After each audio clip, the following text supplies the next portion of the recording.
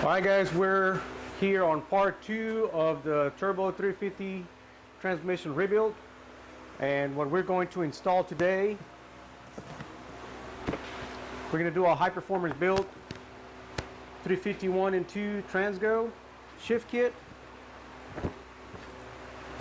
and a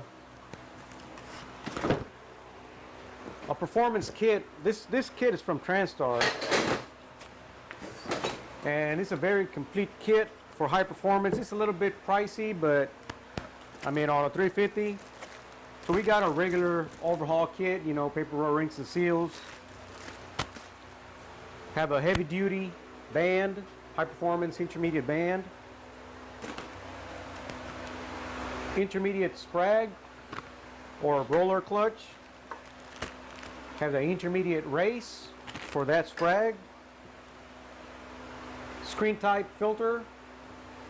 As you remember on part 1, you know, you had a felt filter on it. Have some case savers.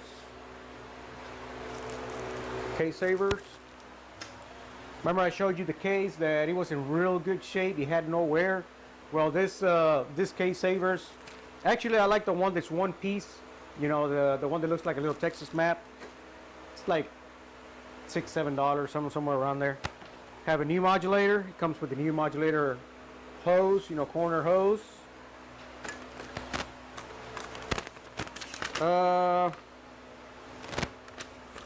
Some information for the modulator. We have all the washers. Now, as you remember, we had bearings in this unit and a few plastic washers. This goes 79 and below, and we're working on a 1980 where they added, you know, a couple of bearings instead of washers. And I mentioned that on part 1 that you will see the hard parts difference as well, where it takes a washer and where it takes a bearing. So it does not come with the bearings, this overhaul kit, and it's a non-lockup, and according to the kit manufacturer's lockup transmissions, they came like 1980 or 1981 and up. That's where they introduced supposedly the torque motor clutch on them. That's why there is 69 to, well, it says 69 to 86. 69 to 86, but I'm not sure why they didn't put no bearings in there. But anyway, the bearings are good.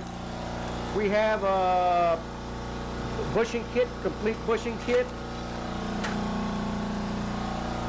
We have a low reverse sprag for the center support.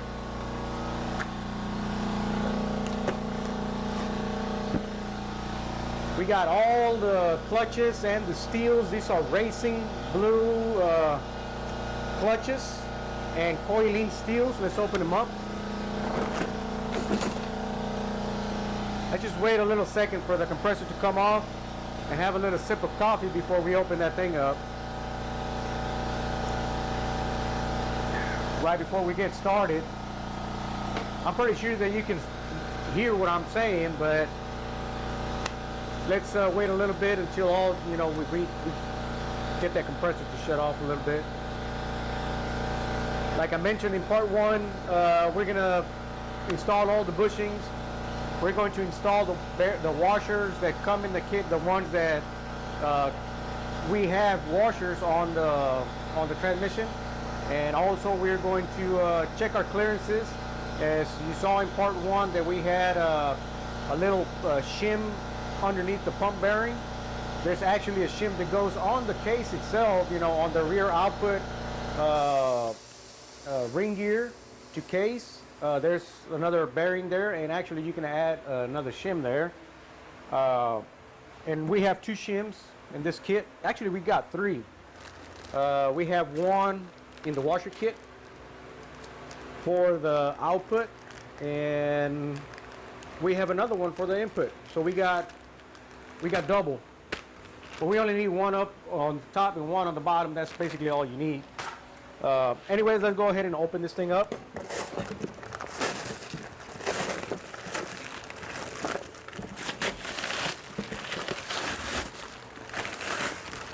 All right. So these are your famous, I don't know if you go into whatever blogs or whatever, and they talk about, you know, blue racing clutches or red racing clutches, and you know, there's a lot of hype and talk and going back and forth and all that stuff. Well, these are your blue racing clutches, and this is what we are going to install in this unit here, blue racing. And as you see, they come pre what Raybestos has been doing, and these are Raybestos, I believe. Most of the kits nowadays, they already come pre-soaked and pre-drained. And as you see, if I separate the frictions here, you can see they are a little bit damp. But we are going to soak them anyways. One more time. You see the color of these frictions as well? Normally, when they're dry, they're red. And when you soak them, they turn like this, like a little darkish brown. Intermediate frictions.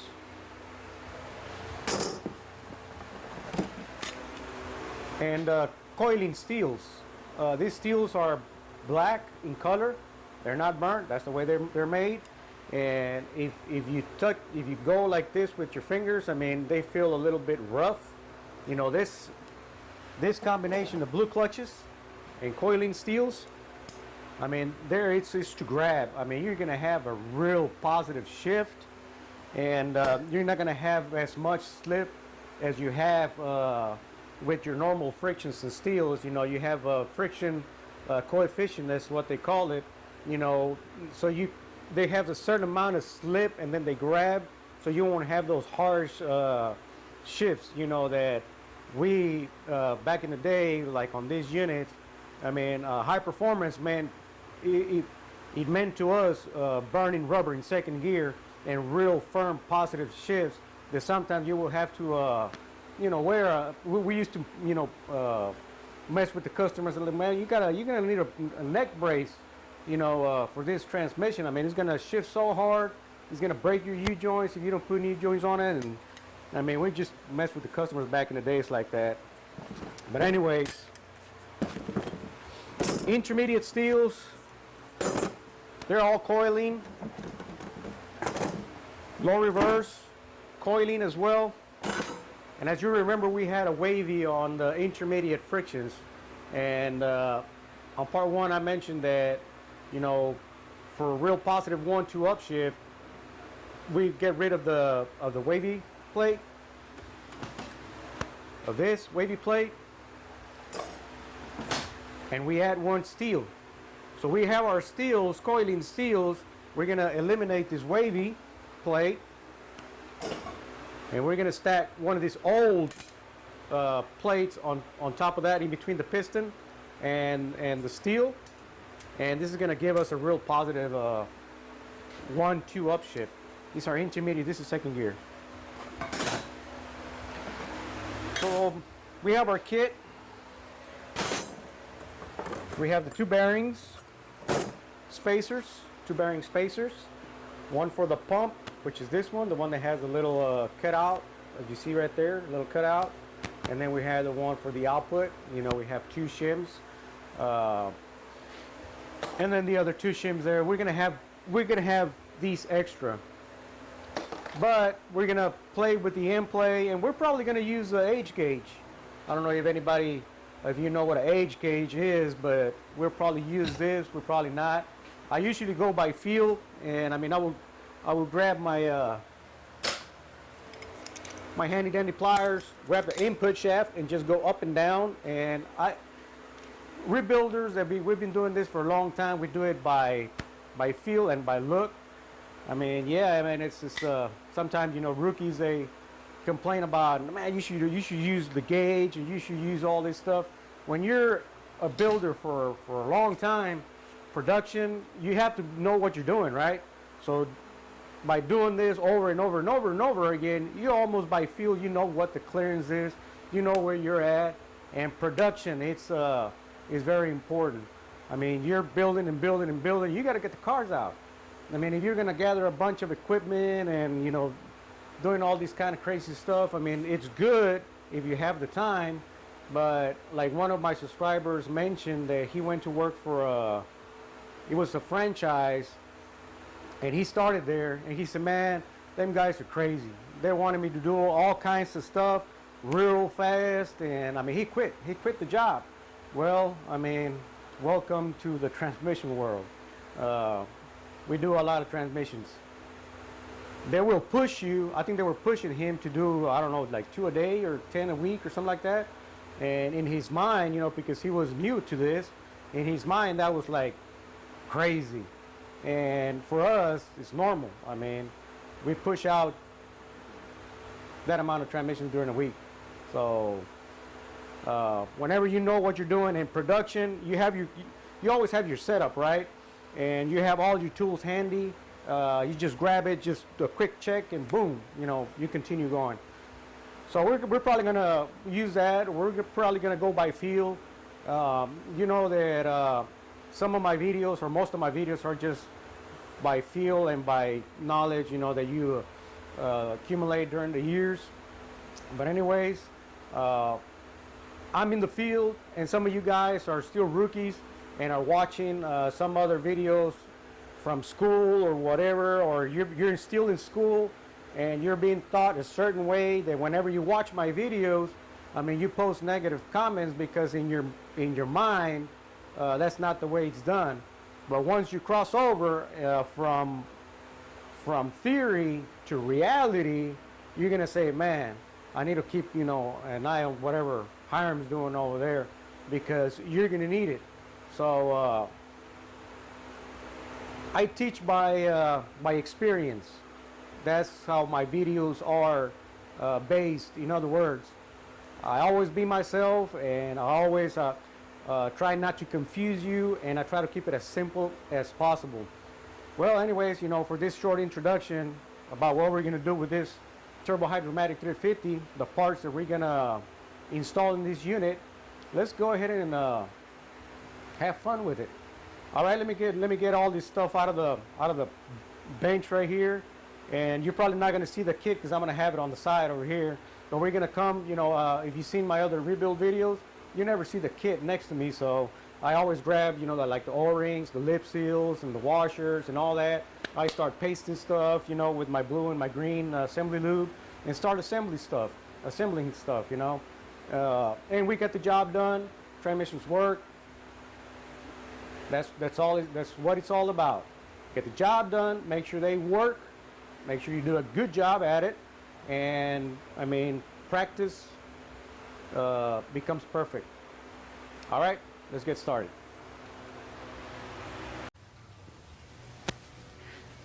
All right, guys, hope that you are subscribed to my channel. If you're not subscribed to this channel, please, down below where my name's at, next to my name, it says subscribe, and it's in red letters. Click on it.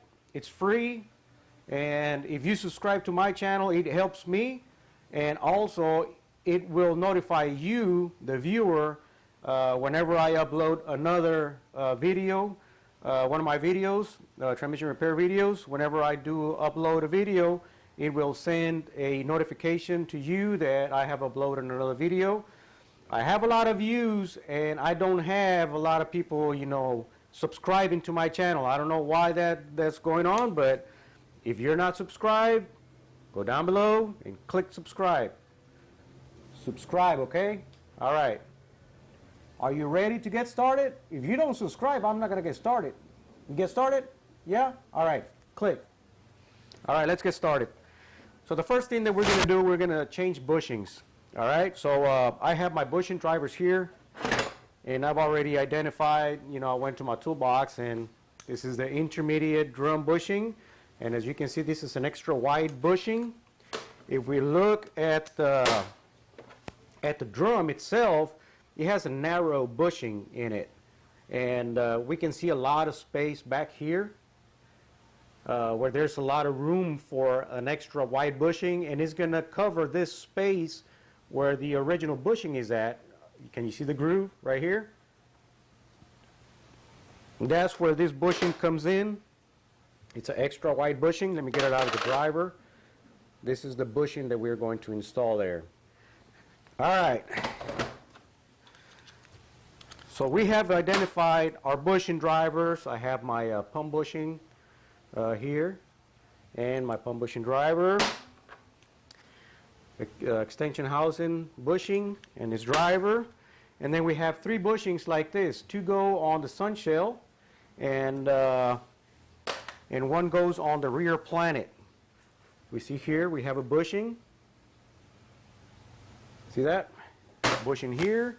And on our sun gear shell, well, a sun shell, you know, this you can take, actually, you can remove the sun gear off of this, but as you can see, we have a bushing there, and we have another bushing right here.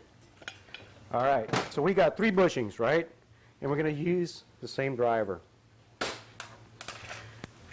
Front ring gear bushing, got this bushing here. We have our case bushing, Babbitt case bushing, and our driver. And we have two stator bushings that are the same. They go on the bottom of the stator. Down here, we have 2 bushings, one right here in the edge and one further down. We got 2 of those. They're the same. Stator bushing front. We have a bushing here in the front. We're going to use this. This is the same size as the 4L60. Actually, well, I mean, we have a lot of room right here. We could have used a 4L60 wide bushing, you know, the new updated bushing, but we're going to install whatever was on there. Output shaft has a regular bushing. Some newer models have a plastic bushing here that you just slide in there. You slip in there. This is going to be a little bit tricky to get out. I used to have a bolt that I would just screw the bolt in and it would extract the bushing. On the 4L30s you do the same. And then we have this little bitty bushing. Focus, focus. They go here. And our driver, of course. All right, well, I guess let's get started, right? Because some of you guys that are not subscribed yet, you already subscribed, right? I hope that you just did. It's not going to pause the video. It's not going to do anything. Just click on subscribe and it's going to keep rolling. So don't worry about losing whatever you're watching right now. All right, we're going to start. I got my bushing drivers, but I don't have the handle. Hold that thought. You need the handle, all right? And a bushing cutter. I bought this from Snap-on. I have a few of them. Whenever I can find one, I go back to my toolbox and grab the other one. But this is a bushing cutter, and I'm going to show you why it's called a bushing cutter. Like for example, on this drum, there's 2 different sizes where the sealing rings go and where the bushing goes. On some transmissions, like the 4R70s and 4R75s or AODEs, it's smaller where the rings go, and it's larger where the bushing goes on the 46 and 47 REs and all that, you know, 518s, Dodge Chrysler units. The same thing, so you can get your bushing driver through the back and pop it out, flip it over, pop one in. But in this case, it's different. That's where this comes in. All right, so let's go ahead and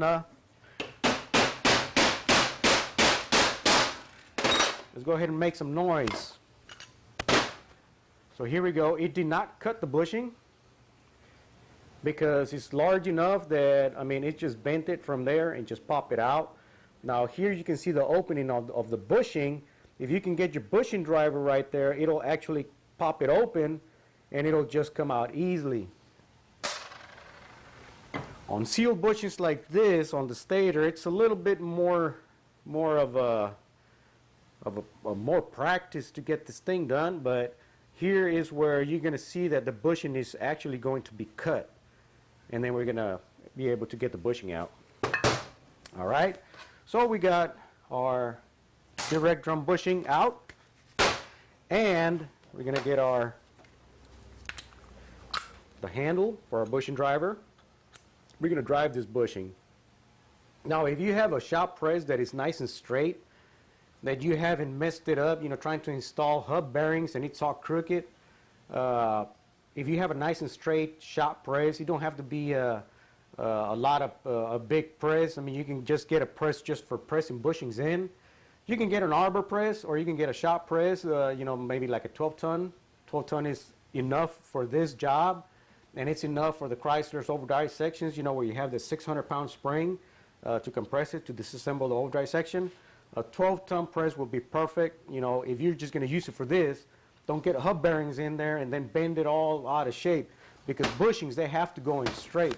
If you don't get them straight, the parts are not going to be able to go in. You also need a high-quality hammer. As you saw, I used this hammer to knock the bushing out. You know, it's kind of medium weight. But we're going to use this to get it in. This is a 32-ounce hammer, but it has, it's like hollow in here, and it has like little pellets in there. It's actually well balanced. It's a well balanced hammer. It's a professional hammer. It's $100, a little bit over $100, but if you're going to do this for a living, you got to invest in good tools. This is my hammer of choice for driving bushings. You're always going to look for the opening, right? So we have the opening right here. I'm not sure if you're going to see those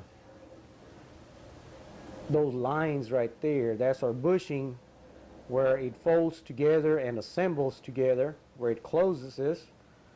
All right? You want to get that away from any openings like this.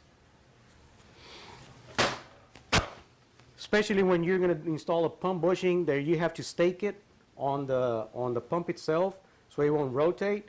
You want to make sure that this opening is away from there so that you won't stake it from this opening here. All right, let's drive it in. Let's drive it in and send it home, and then we're going to test it on the... So what I do, I kind of keep it centered, floating, not really floating, and then I smack it smartly one time. If I get on the edge of my bench, I have more support on my bench, and it's not going to bounce off. All right, here we go. And the first blow, it's the surprise blow, and then the rest of the blows is just kind of like letting the hammer fall down on the driver until it feels like it stops. If it feels like it stops, that's why you kind of let it hang down until it feels like it stops. If you continue banging, you're going to concave the bushing, and it's not going to go into the stator. Now I'm going to lube it up right quick. And I'm going to test it in this area right here. This is where it lives. This is where it works. This is where it rides. As you can see, he went right in. Well, no, it did not go right in.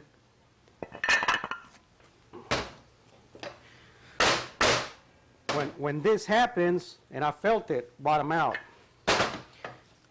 just kind of get it straightened up.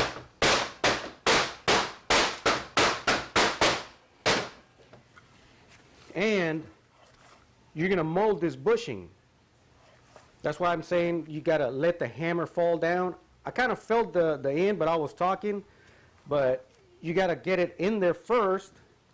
It rotates, so it's good. But to mold the bushing that gets a little stiff, just kind of go like this. Tap it all around until it starts to move freely. Which it does move freely. Wherever you see that it gets a little hung up,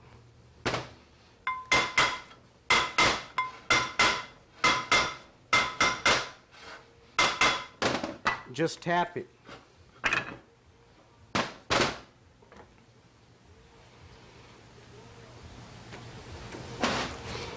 And retry it. Now we retry it. There we go. This is what you want. This is exactly what you want. Now, let's see what happened. You're going to see a little bit of wear that we just created right here and on the opposite side. and over here too. So what does that mean? That when I was talking, I let the hammer fall down and I didn't pay attention, and I went a little bit too far, and the bushing started to concave a little bit, not enough where it caused a problem, but you just saw how I fixed it. Attaboy. That's exactly what you want. It falls on its own weight. See that? That's a perfectly installed bushing. All right, so now we got, oh, let me show you now what I was talking about. We have more surface area. We actually bottomed out in the back down here where we had that space on the old bushing. And we are kind of on the edge where this taper goes on right there. All right? More surface area, more support. We're doing a high performance unit, so actually that bushing comes in the bushing kit, so even if it's a regular build or high performance, whatever, you're still going to have it. Rear planet. Get your bushing cutter.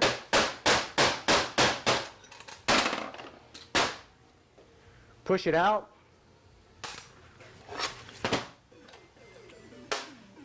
That's our new bushing here. Get our handle. And just drive it in. Actually, we can get a larger size. Well, no, let's use whatever it takes here.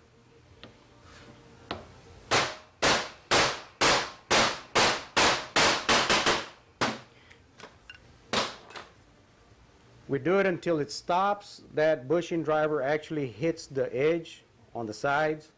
So we are perfectly in. Let's go ahead and test this bushing, lubricate it. It rides in here. I know there's no bearing in there, but there we go. I don't have a bearing in here yet, you know, but actually this and this and this is where the two Sunshell bushings ride, and down here is where the Planet rides. So it's the same bushing for all three. So if it passes through the top and it passes through the other one, you're good to go. All right. Got our Planet bushing on there. Let's get this out of the way.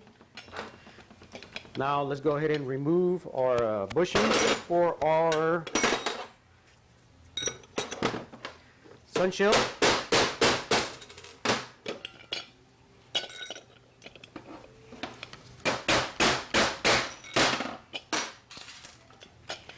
Same thing. We have two more bushings the same. We're going to use the same driver. Get on the edge, get a little bit more support.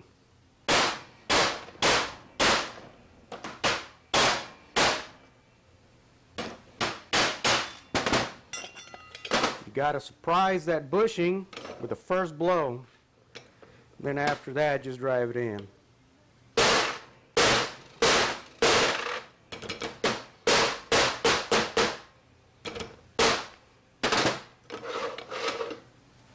Same thing, a little bit of assembly lube. And let's check it on the output shaft again. This is perfect. It went right in. Went right in. See that? You got to get used to the way you smack the hammer, and you got to have good tools as well. If I were to use this, I'll probably, end up. It doesn't have a lot of weight. It's not balanced well. All the weight, it's on the edge of the hammer. So it's good to get bushings out, but this is actually more balanced. I mean, the handle is balanced to the weight of the hammer. All right, more bushings. Let's do this one. This is the pump bushing, and this is the ring gear, front ring gear.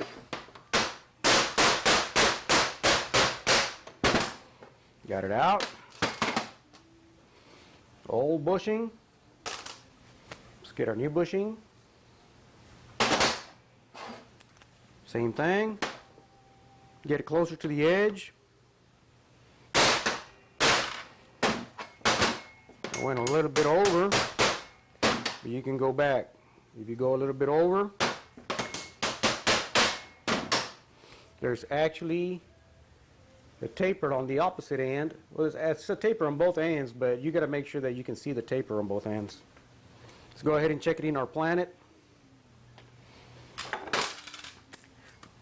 I'm not going to stick it in there. I'm just going to go on the opposite side. And as you can see, just you're testing the bushing on the planet. Or you can just get it in here. And this is how it lives, like that. And I don't have the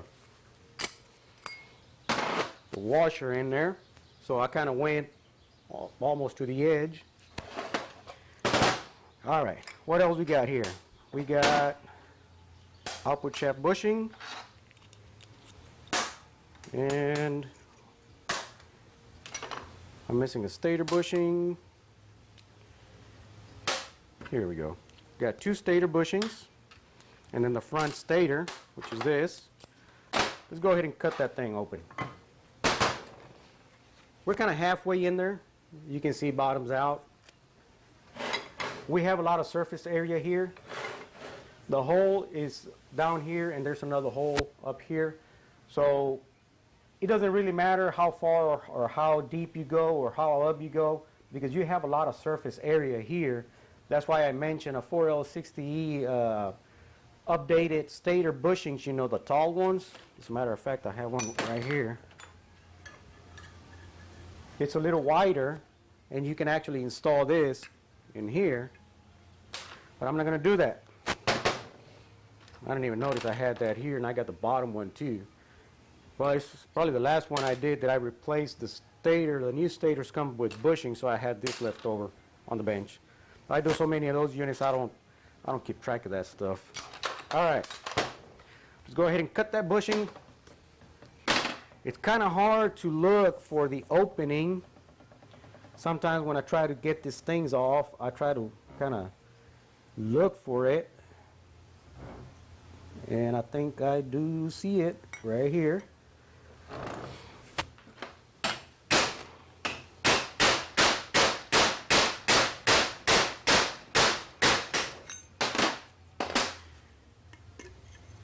All right, I got a little piece off of the bushing. So the bushing is actually cut. Now I got to get it up.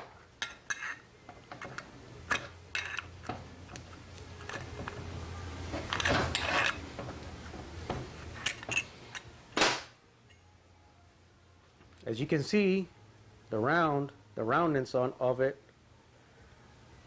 right here. I found the where it meets together, and this is why it's called a bushing cutter. You can see a straight cut on one end, and then kind of a straight cut on the other end. But it found the fold right there, you know, where the bushing is assembled, where it meets. And it was easy to get out. Now, there are some other bronze type, solid type bushings like this one. I believe this was from RE5 R05A, but I mean, nothing to do with this video, right? But there are different types of bushings, and this is a seal bushing. It doesn't have no grooves, and the lubrication bushings, they have a groove in it. What you see right there. There's a groove right there. That's a lube bushing. This is a seal bushing. Whatever we're going to install here, it's a seal bushing. It seals the circuit.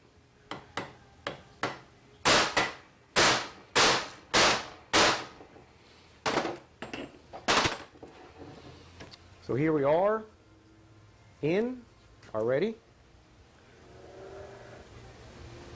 Focus, and you can see the fold where it opens right there. Let's get this sealing ring off. It's just being in the way.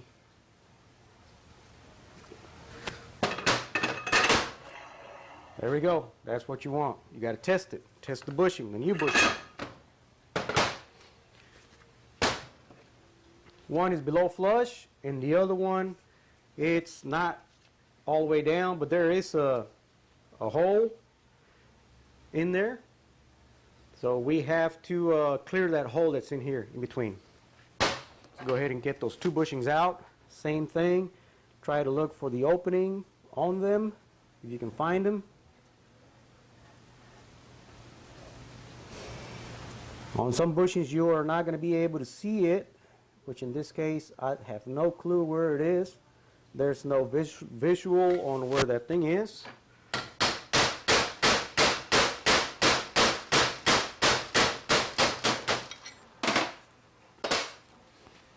See how I went sideways? That's good.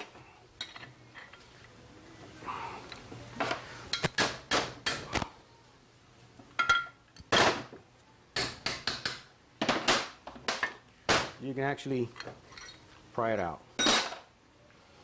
And there's the opening. You got one more down there? One more down there, man. All right. Let's get that thing out of there.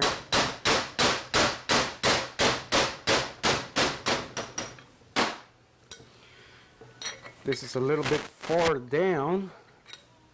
What I'm going to do, I'm going to push it out with a screwdriver, long screwdriver, from the opposite end. All right.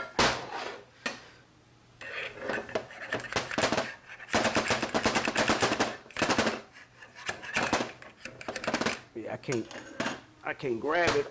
I need to flip it some more. There we go. So I got it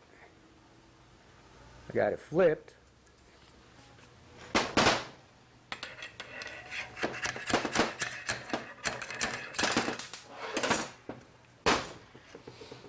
There we go. Just so you won't ask, how in the hell am I going to get that bushing down there, out of there? So you just saw how it's done. All right. Now, where were we? Where were we? So is this two right here. Let's get our handle.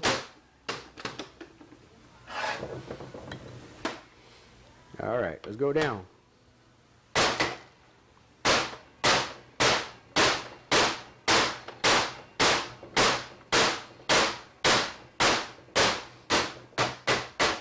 There's a void in between where it passes one and then it goes into the other. You want to make sure that you clear the hole.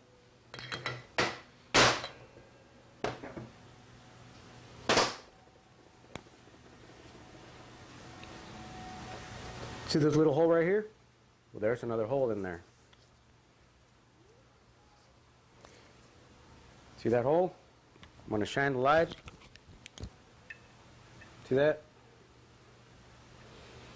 You want to make sure that you clear that hole. You don't block it.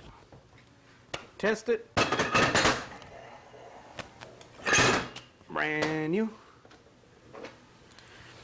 And the other one just below flush.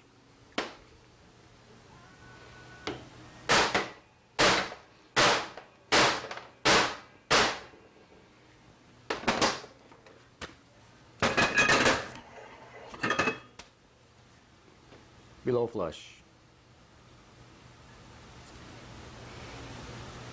There we go. We're in focus. All right. So we got our stator bushings. We got our sunshell bushings. We need our extension housing bushing, our pump bushing, and our output shaft bushing, which for this, I think I'm going to use a little punch because this is not going to fit in there to cut that bushing. Let's go ahead and get our pump. Go ahead and get our, take our pump O-ring off, and we're going to use a screwdriver to get that front seal off. I have my screwdriver, the other short one here somewhere. Just don't know where it went. This is a little bit too big. Let's try to push it from the opposite side. Well, that went well. Barely touched that thing, it just popped out. All right, same thing here. Let's pop it.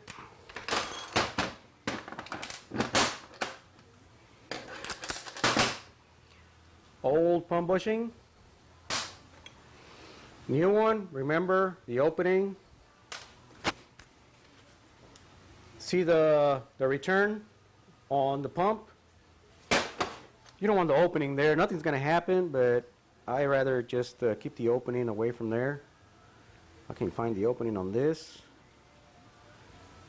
Looks like a solid bushing, and it is a solid bushing. All right.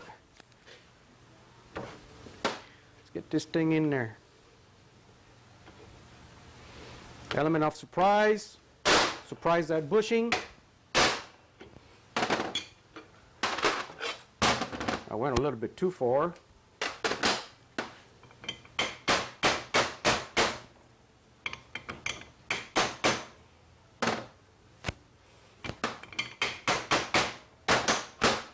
There we go.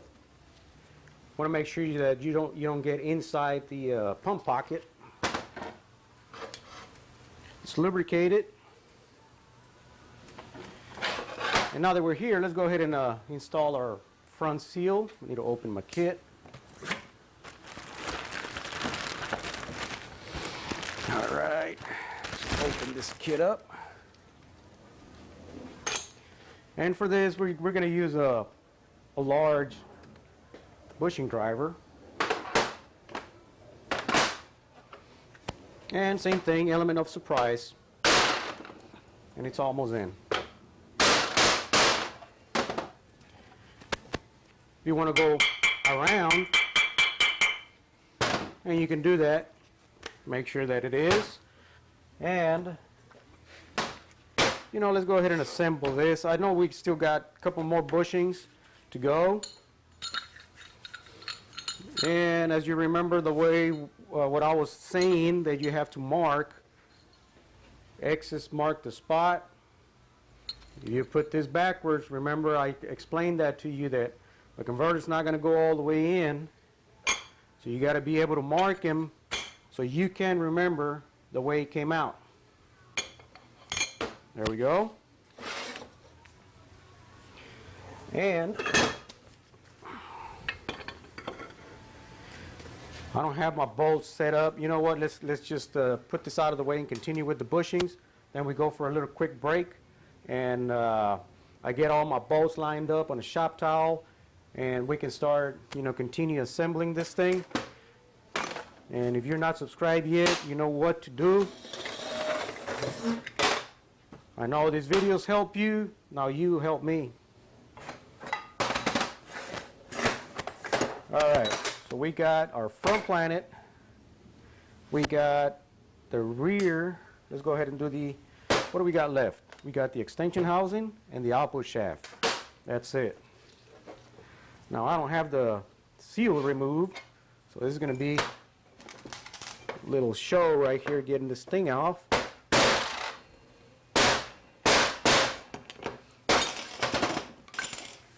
Seal is out.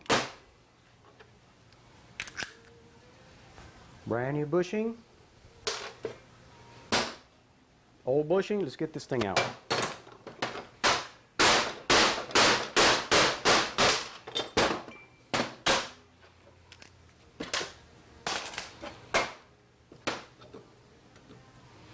You know what?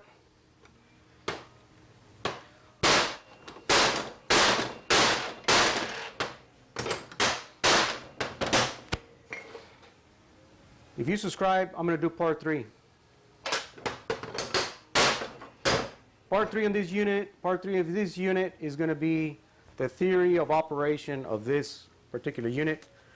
Oh man, we're going to talk about how the valve works, how the valves work, how the accumulators work, what's it take for the shift. We're going to talk about the valves and the valve body. We're going to do the shift kit and everything. We're just going to go quick without explaining a lot of things. But yeah, it just dawned on me. Let's go ahead and do part 3. We'll do the rebuild quickly, and then we jump on part 3, which would be the theory of operation of this unit, and we go from there. You know, I think that's going to be a good idea for you guys that are watching and you're not subscribed yet. You better subscribe.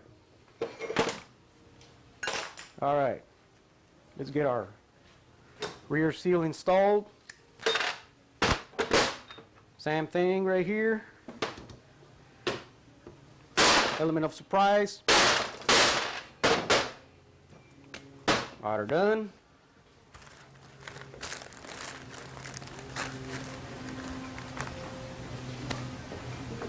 All right. Chunk this to the trash. Over there. Get this out of the way. You know what? Let me get these clutches out. These are not. It's out of a Honda that I got working on. Let's go ahead and soak our clutches.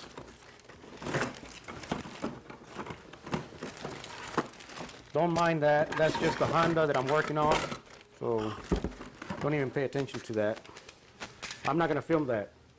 If that's what you were about to ask, I ain't going to film that. All right. So we got one more bushing. Let me get this glove out now that it tore up. It's got a little punch. I'm not going to pause you. I'm just going to go with it. We'll go with the flow. If I can find that thing.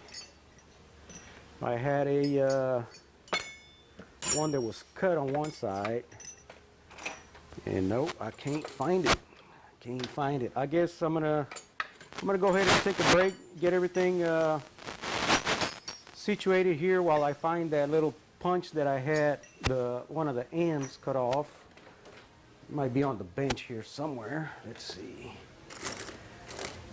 No.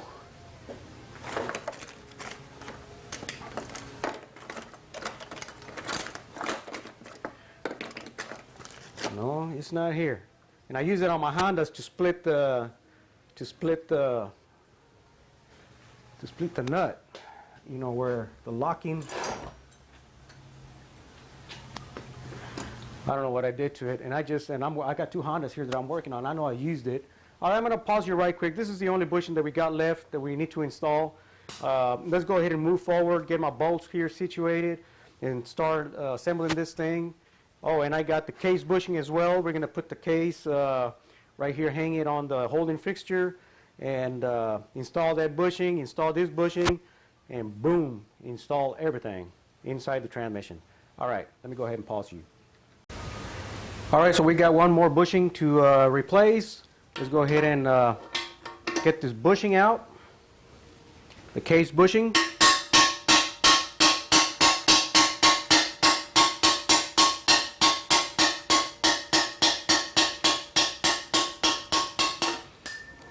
There we go.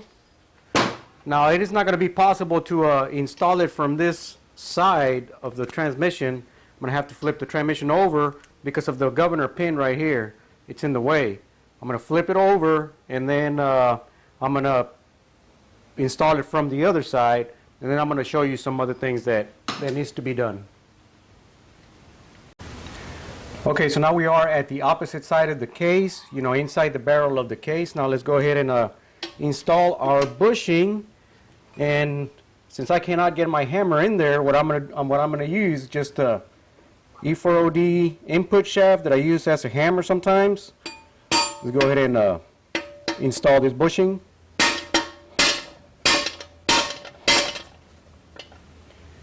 Get a little bit more light in here. Just a little bit.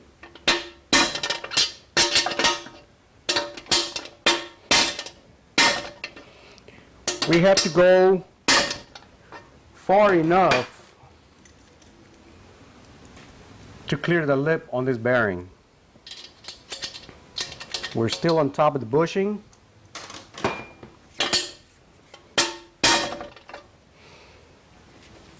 I think that's probably going to be enough. And no, we're still on top of the bushing. Let's go ahead and go a little bit further.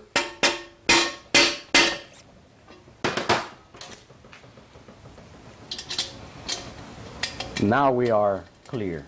Now we are clear. Let's go ahead and test our output shaft. Turns good. You went in good. Now let's go ahead and lubricate our bushing, and let's go ahead and lubricate our case. And now that we're here, we're going to install the low reverse piston, and we're going to go back to the bench, and we're going to finish assembling the rest of the unit, like the drums, putting our clutches in, our lip seals, and paste our washers and our bearings on our internal parts. Well, this is a little bit too high for me, but it's not too high, but I'm just trying to keep away from hitting the camera with my head. All right. Now we're going to get our low reverse piston. Going to go ahead and remove the old lathe cut seals, or lathe cut seals. They're square seals, as you see here. I have a little amber filter on my light, so it will contrast a little bit the whiteness of the aluminum. I hope that's not bothering you, but let's go ahead and install one, two, and now the inner one. All right, inner one.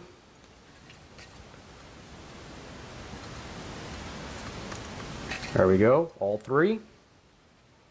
Let's go ahead and lube them up.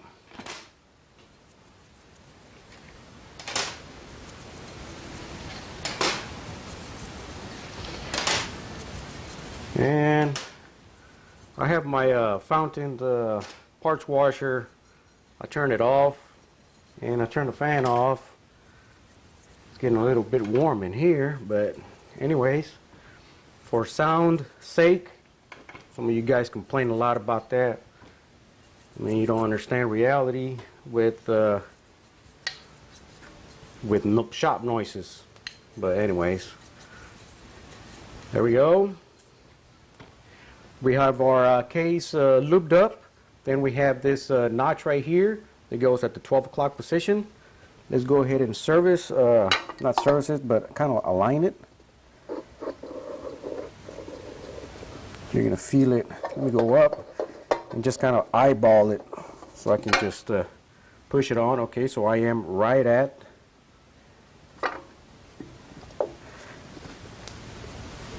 and push it down. I usually use both hands, but since you guys are in my way, I use that just to push it down. Return spring. You know, it's a good habit that I have, you know, to get your snap ring stuck on there. You'll find it easier, quicker.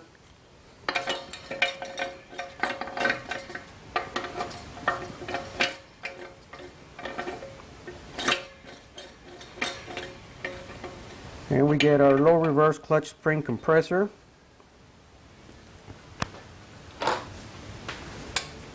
I'm just gonna put the screwdriver here so he won't rotate. There we go.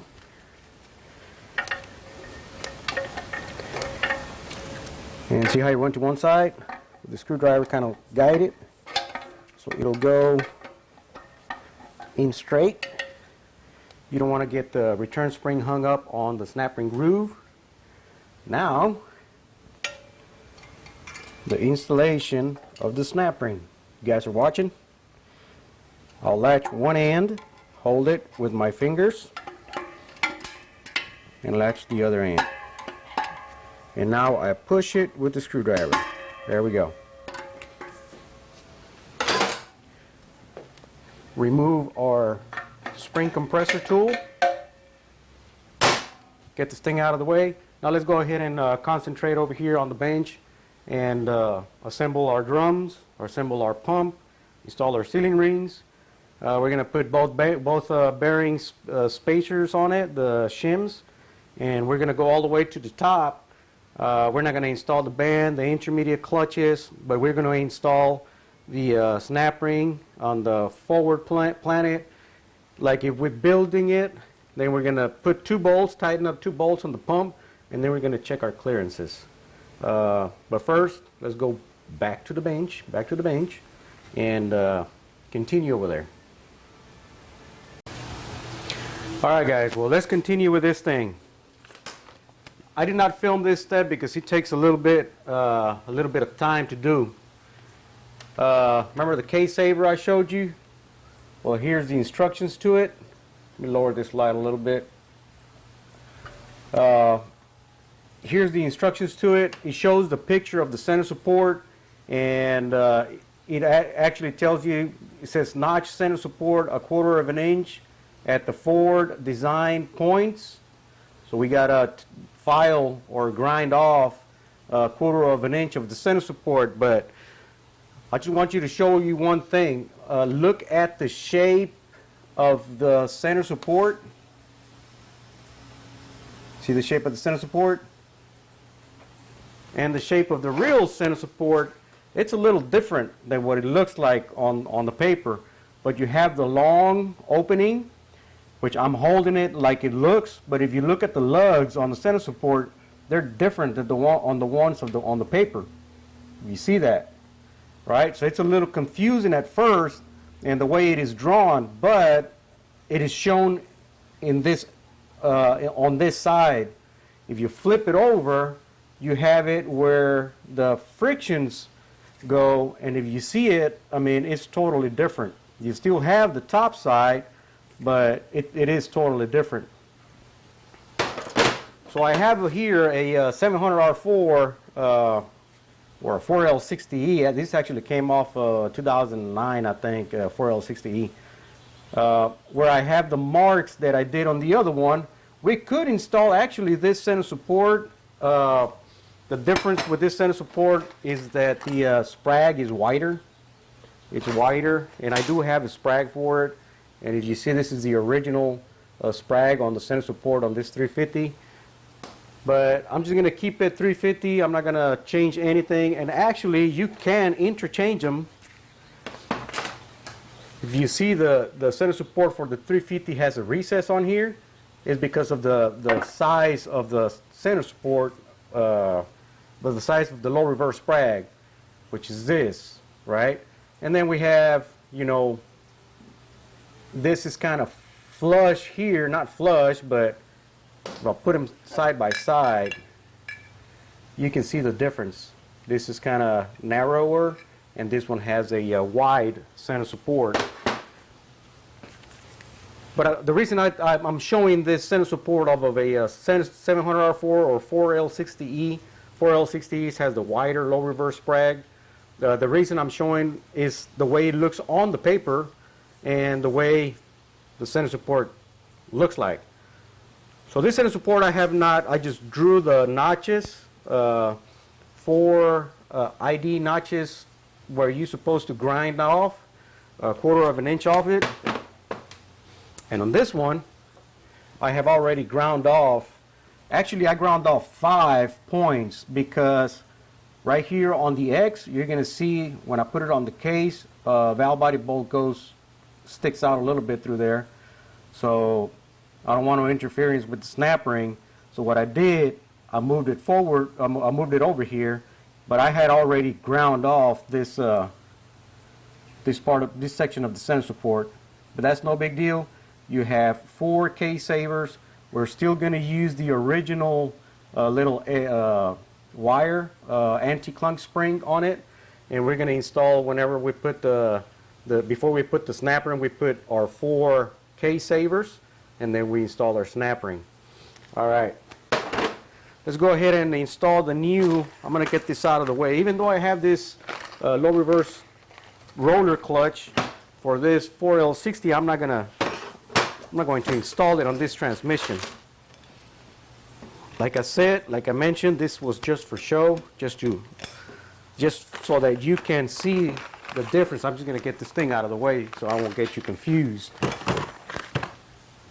So here is our new low reverse roller clutch, and here's the intermediate roller clutch as well, both of them new.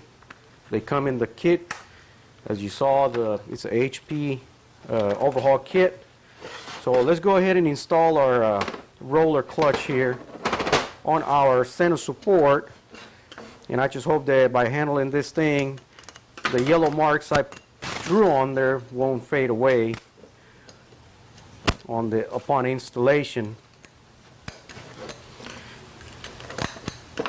Now, you can still use the original inner race from the 4L60E or the 700R4 on the roller clutch. It's exactly the same from the 4L60 and the 700R4. So this doesn't change.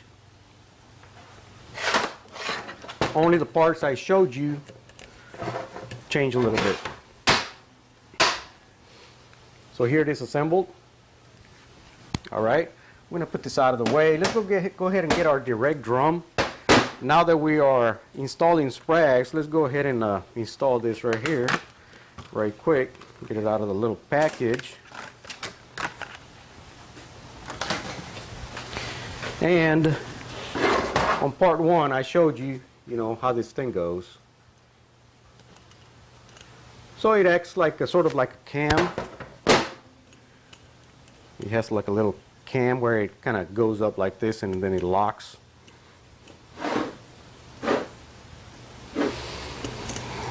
All right, and there was a new, you see that? There was a new race for that. Get this thing out of the bag. Got a brand new race. Which way it goes, it's not fuzzy, but if the lube holes, if you see the lube holes here, they're on both closer to one end, closer to the other end, so it's not fuzzy which way it goes, and both sides are tapered. Sometimes on the original one, you see both sides are tapered. Sometimes you would see on some original ones, like on the Fords, they have a lube groove down here and it's flat on one side and it has a taper on the other side. So on those, yes, it is directional, but on this one, it doesn't really matter. Go ahead and get that out of the way. All right, let's go ahead and install this. Our cover. And what I do with the snap ring is over here. Snap ring for it.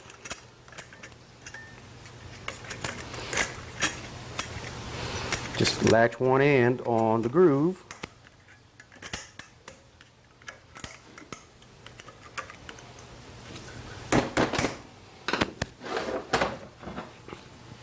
There we go. Sprag rotation. On this one, it's not critical, because it's a roller clutch and they're cam type, roller clutches, and they only go in one way, so you cannot install them backwards. Unlike the 4L60s, the input sprag, yeah, you can install it backwards because it's a sprag type unit. This is a roller clutch type unit.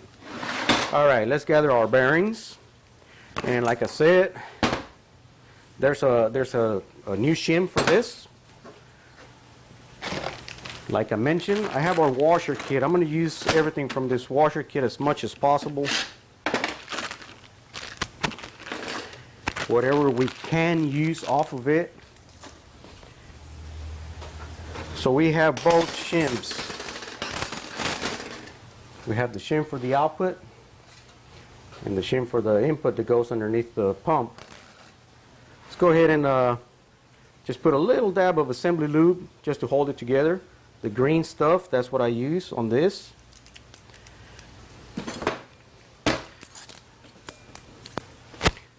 And let's go ahead and install our bearing here. If you have an earlier type 350, this is the one that would go there, which we're not going to use because this one takes this bearing right here. So we're going to go ahead and drop it in there like so. Get our planet with our brand new bushing in there. Set it to the side. This right here took a washer, 4-tap washer, which is this one.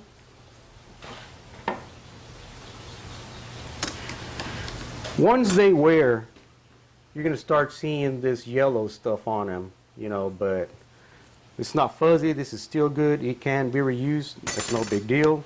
It doesn't affect anything. Install it on our, I think we already lubed that bushing. Yeah, we already did. And then we had a plastic 3-tap washer. We're going to use the one that came on the kit.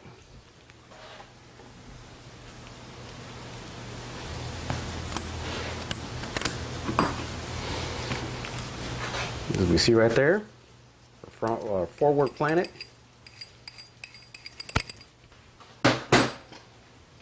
This for our center support. This one had a yellow plastic washer. The thickness is almost the same. This is a little thinner. So we're going to see right now how everything's going to turn out with this shim that we just installed here. And we have, of course, two different thickness of pump washers. But as you remember, we had a bearing and a shim on the pump. All right, let me get the little marker out of the way. Okay, so these shims, they're exactly the same. We can probably actually reuse this shim because it's completely round. And this one has a corner cut off because of the washer. See that? For the little tab. We rotate this pump like this. You won't work on this because it's not deep enough. But this will go here. You can actually just cut a piece right there and install that pump washer. But it's a different style pump. The one that takes this type of washer. We're gonna get rid of those, and we're gonna get rid of this. We already talked about this one. We're gonna keep our shim. Move those over there because we don't need them. All right, we have our case savers, or 4 case savers here. Let's go ahead and start assembling our drums. Let me get this special hammer out of the way. Special tools. Like I mentioned in some other videos, I use sometimes transmission parts as tools, which there's nothing wrong with that. It's all about ingenuity, man. All about ingenuity. All right. Remove our lip seals. Let's go ahead and flip our direct drum. Let's get our new lip seals.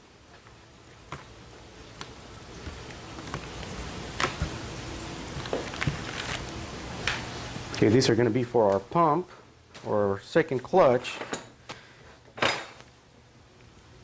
The 2 lip seals for both pistons are the same, the inner ones. Let's go ahead and do this quickly.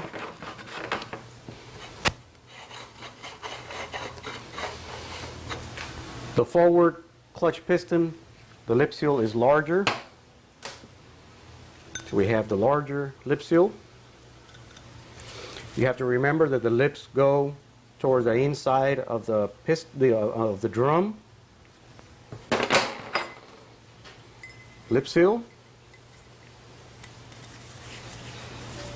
On the pistons, it goes down. Here, inside the drum, it takes another lip seal, but on this one, it goes up. The lip goes up on this drum. the inner lip seal. As we see right there. That's the way it goes. Alright. I'm running out of assembly lube, but I think we can manage to complete this unit with this. I got 2 more units I gotta do. But those are gonna go out quick because I'm not gonna film those. Some of you guys don't realize how long it takes to try and film and build a unit. It takes longer than a regular build. But then you see that it's only a couple hours long, and you think, man, I mean, we built a unit in 2 hours, but actually I did not film the grinding and stuff off of this. I did not film the washing of the parts. I mean, that's another couple hours, you know, to get everything nice and cleaned up. Sometimes installation of the bushing takes a long time, but as we saw, I'm not sure if you counted the minutes, but I mean, I try to do it as efficient as possible for the video and for the video purposes, right? All right, so we lube this thing up, all of our lip seals. Let's do the forward clutch lip seal as well while we have this thing in our hands.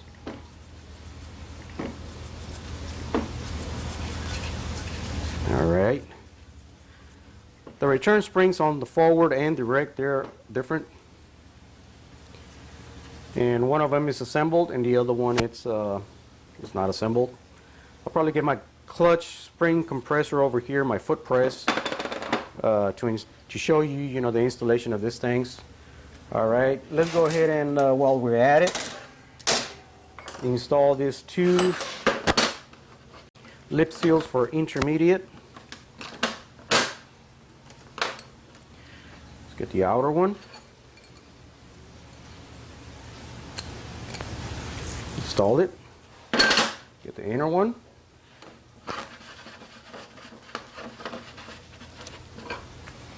And install it. Lube it up.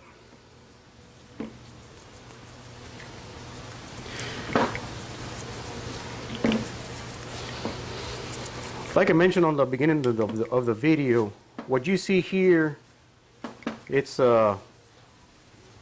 years of field experience. Some of you guys are still trapped in your whatever you're still learning from books and stuff like that, and that is really, really good, but you got to have both of them. You got to have experience in the field, so I'm showing you experience in the field, and that will help you whenever you transition from theory, which most of the time you're not really going to use. You're going to catch a lot of experience on faults, transmission faults, and it's totally different. It's like night and day, so you're going to encounter a lot of different scenarios on transmission malfunctions. You know, your theory is good, but sometimes the experience, you get a transmission in and you already know what's wrong with it. I mean, working on it for so many years. Let me get this over there. I got a little bit carried away over there with our conversation that I'm having with you guys. All right. Forward, clutch piston, same thing. Go round and round.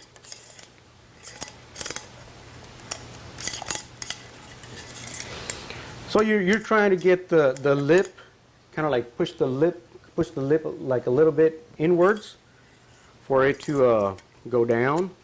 And you will feel whenever your lip seal tool, or that's just a filler gauge that I use, but this is actually, you can buy this at the tool truck. This is a lip seal installer tool. Let's see if it'll go down. No, it won't go down yet. It's not done yet, so we got to work it. Got to work it a little bit more, man. And keep a little bit of a tension on it with your fingers. Oh, one side went in. Let me check the edge. Here we go. Did it go in? It's still sideways a little bit. Let's go ahead and check our lip over here on this side. That's good. Attaboy. It's all the way in, man. All the way in, man. Now we're going to see who this belongs to. It's probably going to be the forward clutch. We see on the direct. Remember I told you that we're different. Forward. There we go. That's where it goes. Alright, let's go ahead and assemble our pump. Before I take you to the foot press, let's go ahead and just leave that as that. Because I want to take you to the foot press, and then we're going to compress those two snap rings, you know, for those two drums, and assemble that. But before we do that, let's go ahead and the springs from our direct. This is our retainer. You know, they're loose. Set them over there. We don't need that tool no more. All right, pump, come here. Go ahead and lower this lip seal as well. I think this is like 10,000ths of an inch, but 12,000ths of an inch is good. Whenever you buy one of these things, make sure you get your sandpaper and round the edges. Make sure that you take all the sharpness off of it. This as well, when you buy it, it's a little bit sharp on the edges. I think this is a PRT 12 or something like that on the Snap-on tool trucks. But I rarely use, I still use this, but I rarely use it because it's round, and with assembly lube, it kind of like it's a little bit, slips off your hand. So I got this right here. It has a little nice handle, you know, from Mac Tools. 12,000ths of an inch. Just make sure you work it, you know, with emery cloth or a little bit of a fine sandpaper, and take the edge of it. You don't want to cut your lip seals that you're installing, because that will defeat the purpose. So as you see here, I'm kind of with my left hand, I'm just holding, and with my right hand, I am kind of like just going. I'm going to try it to see if he goes down, and he doesn't yet. He went on one side. So what do? You go on the opposite end. You just kind of work it, and, you know, kind of put a little bit of pressure on it. There we go. I felt something there.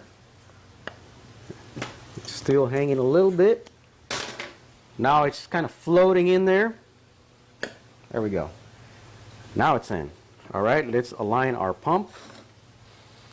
And our return spring. It usually has like a little X right here that it kind of goes to your, wherever the this goes towards the pan of the transmission. They're offset. They're not exactly, you know, star pattern. They're a little bit offset. All right, let's get our pump alignment tool. We'll just go thread them a little bit.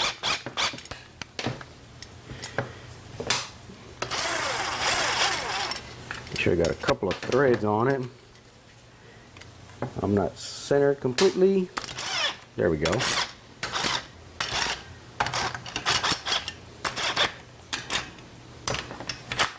You don't want to tighten them, not just yet. Gotta get your pump alignment tool,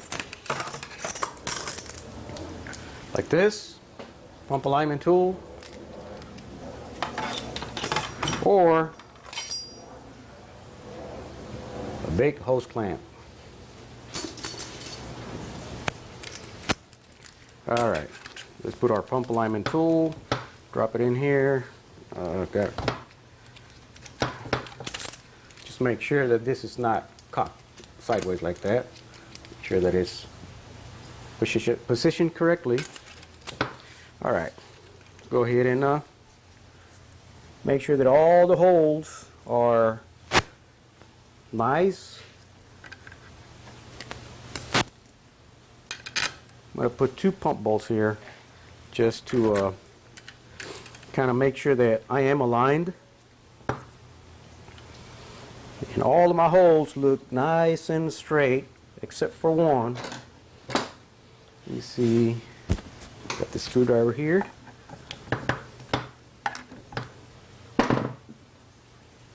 It's a 2-piece pump, so you're going to see that some pump holes are not going to be, let's see, kind of aligned. So you want to make sure that you are as straight as possible before tightening up.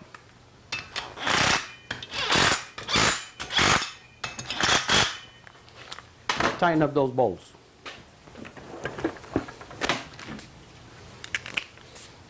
All right, let's see. It's 18 foot-pounds, if I remember correctly. And on the valve body, it's the same bolt. It's the same size bolt on the valve body and on the pump, but it is a little critical on the whenever you tighten up the valve body, because that aluminum is kind of soft. So I just do 14 to 15 foot-pounds on the valve body. Okay, 18 pounds. 18 foot-pounds. You got it? Uh-huh. All right. Let's go ahead and send them home.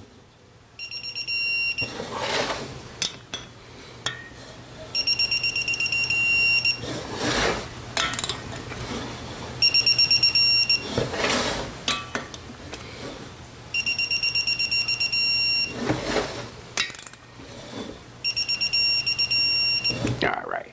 We're good. All 5 bolts. Let me get this thing out of the way. Okay. Now we have our pump already lined up. Remember, we're going to check our case, our clearance. So I don't want any sealing rings on this pump, but I do want to assemble everything with pump gasket and all. And we're going to do it by feel. All right? Some of you guys will disagree. That's okay. Remember, what you do in the field is not the same as you do in class. I still use the torque wrench though, but no pump O-ring yet. And we're not going to put the K-savers yet because we need to remove this output shaft spacer. We need to be able to disassemble the unit, fairly quickly. All right, let's see here. What do we got? Okay, yeah. Before we do that, let's go to the foot press. Get these 2 things out of the way here. And yeah, it gets cluttered, but that's the way it is. You gotta have your trash can a little bit close to you. This bearing goes in between both the drums. There's no shim that goes underneath there. Let me get these 2 over here where they belong. All right, let me position the camera on the foot press. All right, y'all ready? Let's go ahead and do the forward clutch first. Get it on the foot press.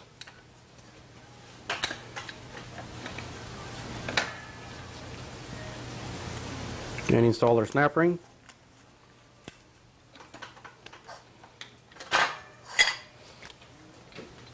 Attaboy. Our direct drum. Now these, I don't remember the pattern, but we're going to go 2 and 2. Let me go ahead and take the little things out of the way, the little legs. All right.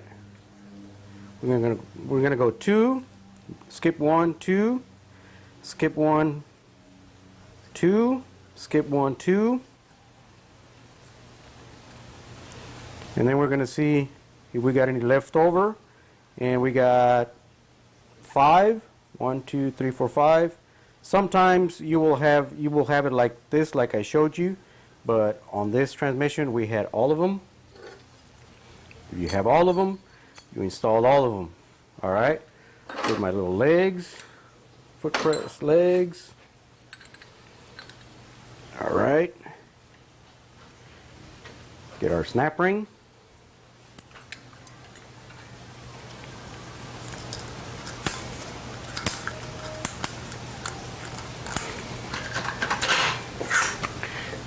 Here we go. All right. You know what? Well, let me put you back over there where you were on the transmission. All right, the next thing that we're going to do, we're going to lower everything inside the barrel of the case, and we're going to check our clearances for that shim.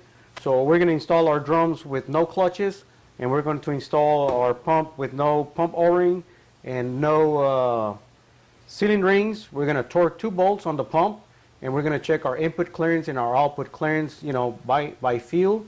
And some of you guys don't have the tools, you know, to check the clearances, so we're going to do it without the tool, you know, by feel. Make sure that it doesn't drag when you turn the input shaft or the output shaft, and then you have a little bit of a play, maybe like 3/1000ths or 5/1000ths of an inch in end play. All right, well, let me get you back inside the barrel of the case. All right, so let's go ahead and do this. So we have our rear planet with output shaft, and we already have our shim installed, right? So let's go ahead and lower it. And we already verified that the lip on the output bearing is not on top of the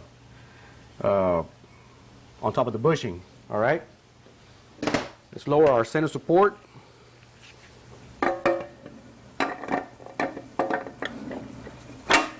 So we're going to go twice here. I'm going to go ahead and lower this and lock it. Remember, no snap ring yet. Lower our sun gear shell. We already have a washer down there. Lower our front planet. We have space for the snap ring, which is perfect. Let's go ahead and install the snap ring. Make sure there's no interference on the snap ring. And I'm going to take everything apart, and we're going to, if the clearance is good, then we are going to send everything home. All right. So in between the forward and direct drum, there's a bearing. So here's the bearing. I'm going to put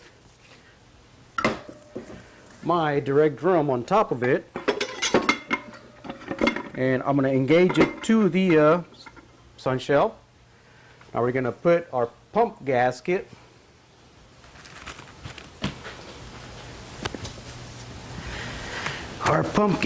let's see where you at. Come here. There you go. This is how our pump gasket goes. We're going to install 2 bolts, and we're going to check our clearances. All right. Let's see here.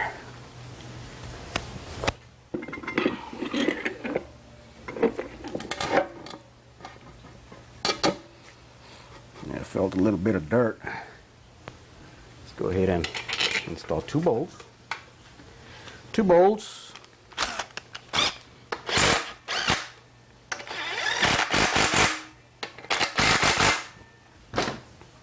Actually, we can get a little, well, let's get the pliers, magic pliers.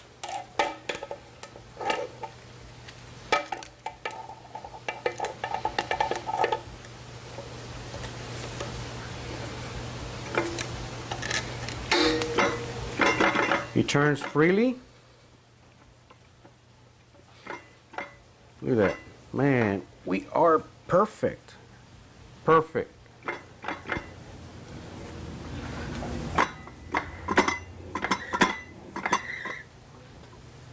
Yeah, we are perfect. We are perfect.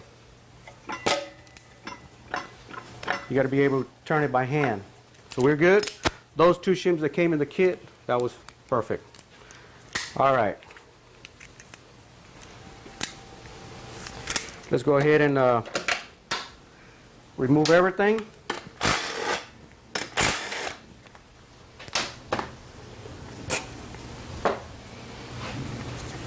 Remove our pump. Get our pump gasket out. Our drums. Remember, we have nothing down there. So get my snap ring pliers. Let's get that output shaft snap ring. Where's the opening? The snap ring was not really needed for the test, but I just want to make sure that everything was there. Let's go ahead and wiggle this thing out. Remove our sun shell. Remove our output shaft with center support. Now that we know that we're good, let's go ahead and lower this. And let's start installing clutches. Let's go ahead and let me go take you back to the bench. Well, let's do this part first. All right, just bear with me for a little bit.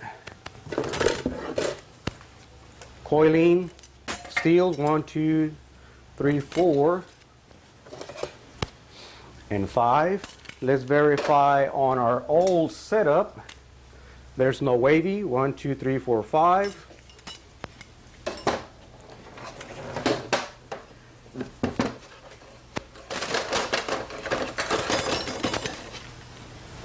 Here we got our setup.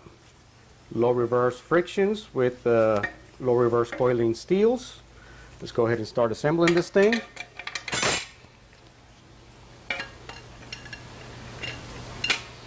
Then once we are at the center support, or actually on our front planet, then we go back to the bench and install our clutches on both of our drums. Install our sealing rings on our pump. Start installing everything back in. And then we work on the valve body. Install the Transgo kit on the valve body itself. It's very simple to install. All right, let's get our S, or our little wire, anti-clunk spring right here. That's where he goes, that's where it lives. Now we got our center support, and we have the white part right here, which is the white part over here. Let's go ahead and lower it.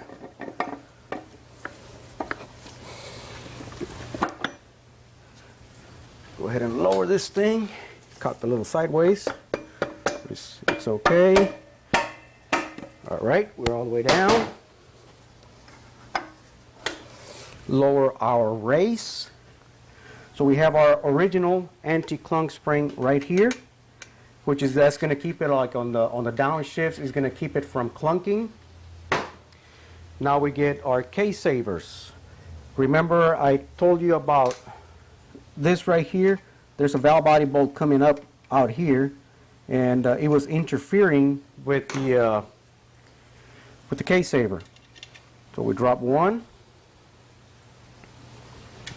we drop two, our third one, this one, and then we drop our fourth one, which is this. And I had already installed all four of them, but for some reason I think I got to grind some more on this. This one will come down. I got to grind a little bit more on that one too as well. Okay, so I'm going to put you on pause, and without this little anti-clunk spring, these come down, but with this, as a matter of fact, let's tap it down, because I had already measured everything in there. Okay, that one's down. This one is not going to go in. Yeah, This one I need to grind off a little bit more on this one. And see, we are separated here, but the anti-clunk spring has it, you know, going that way. This is perfect. This is nice and loose. Let me see if I can get my anti-clunk spring to help me here and push the center support clockwise, which is not going to let me. Yeah. All right. We can actually deal without this. Let's go ahead and continue. Well, he's already got stuck in there. All right. You saw the center support popped a little bit, which is no big deal. This one has a lot of room. Let's go to the original location. I really didn't want it to install it here because of the threads of this bolt right there. But we got 3. It's not necessary for the 4th one. Let's go ahead and install our snap ring. All right.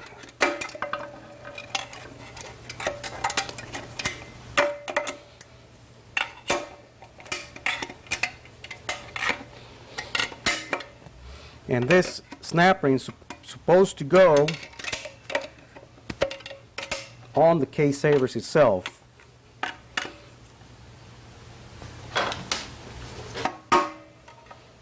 I think this one went down too far. Yep. So this case savers here went down a little bit too far. Let's see if I can get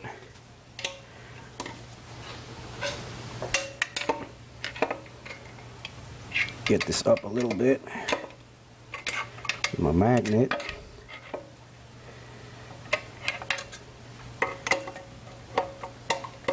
All right, let's see, it's a little up. I gotta get it in the groove. There we go. Got it on the groove, on the case saver groove.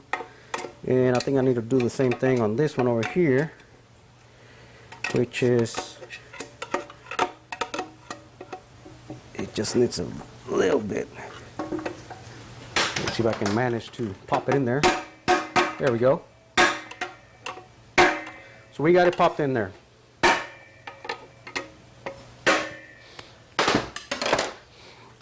That's not going anywhere, man.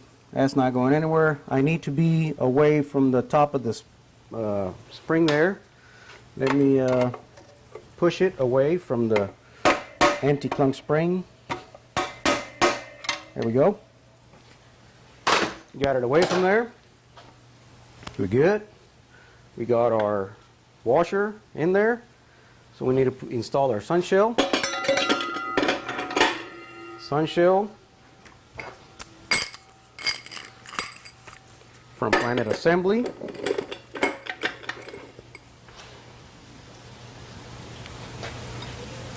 Our output shaft snap ring. Remember, don't lose this snap ring when you take these things apart because it's not available. Doesn't come in the kit. All right. So we're good. We're good. Let's go back to the bench, install our clutches on our drums, install our sealing rings on our pump, and finish this thing. All right.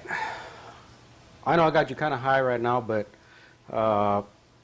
and I don't come out on camera as well, but I'm not important. This is what's important. All right. So we got our direct frictions. We got 1, 2, 3, 4 steels.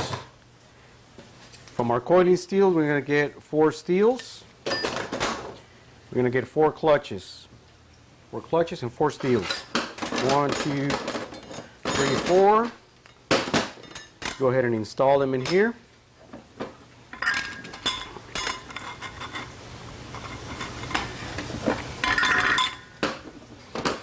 Like I mentioned, the clutches were already pre-soaked, but it's always a good idea to just re-soak them again.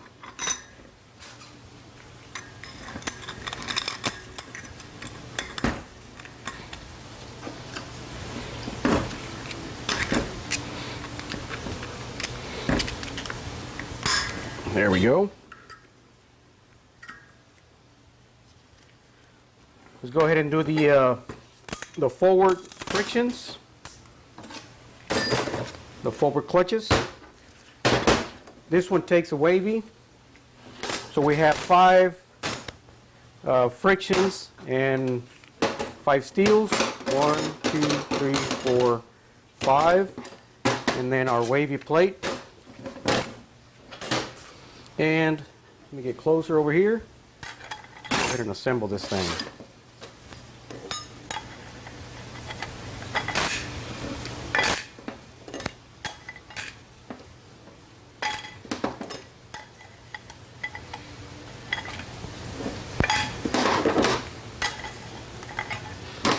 Can you get more clutches in here? You probably could. There's probably a company that would make them. I think one of my subscribers, or I'm not sure if he's subscribed or not, but if he's not subscribed, I would like for him to do it. What he said, he mentioned that he took one of his he rebuilt one of this for one of his friends, and he took both pistons to I guess he works at a machine shop, and he shaved the pistons down to add more clutches in here. Which, I mean, that's a good idea.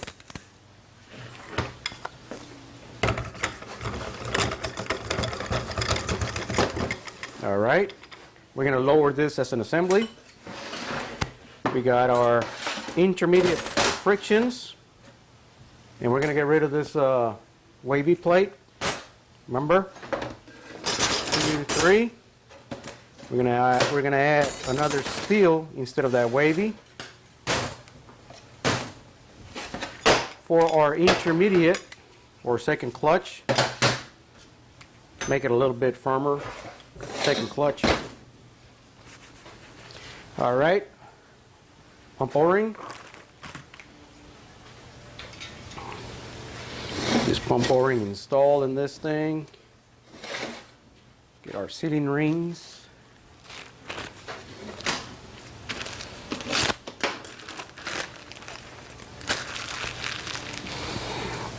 All right, the 2 white ones go for the forward clutch,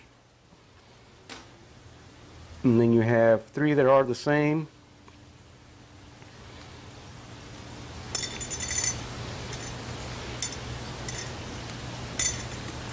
That are for the direct clutch.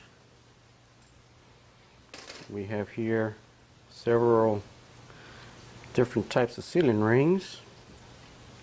We got 3 and 2, that's 5.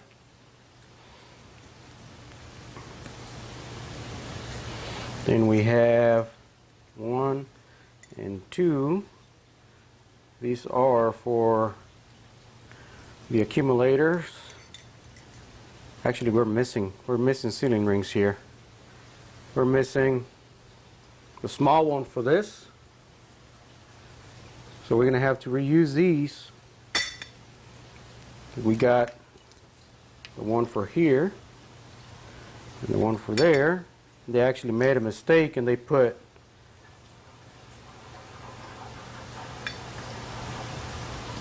we'll figure it out. We'll figure it out. All right. 3 sealing rings. Oh man. Well, let's check it out. We got the old Teflon sealing rings over there, I think. All right, sealing ring number 1. Here we see how it latches together. Focus. So this is what you want to accomplish.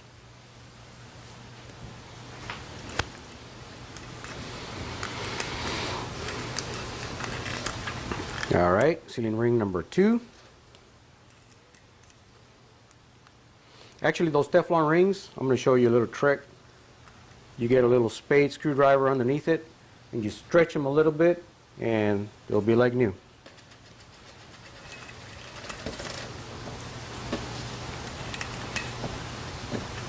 This here are important. Make sure that there's nothing. These are rotating sealing rings. We'll talk about that. I'll probably make a little class on that, on sealing rings and stuff like that. Transmission fundamentals. I'll get to that someday. All right, let's go ahead and lube this thing up. Lube them up.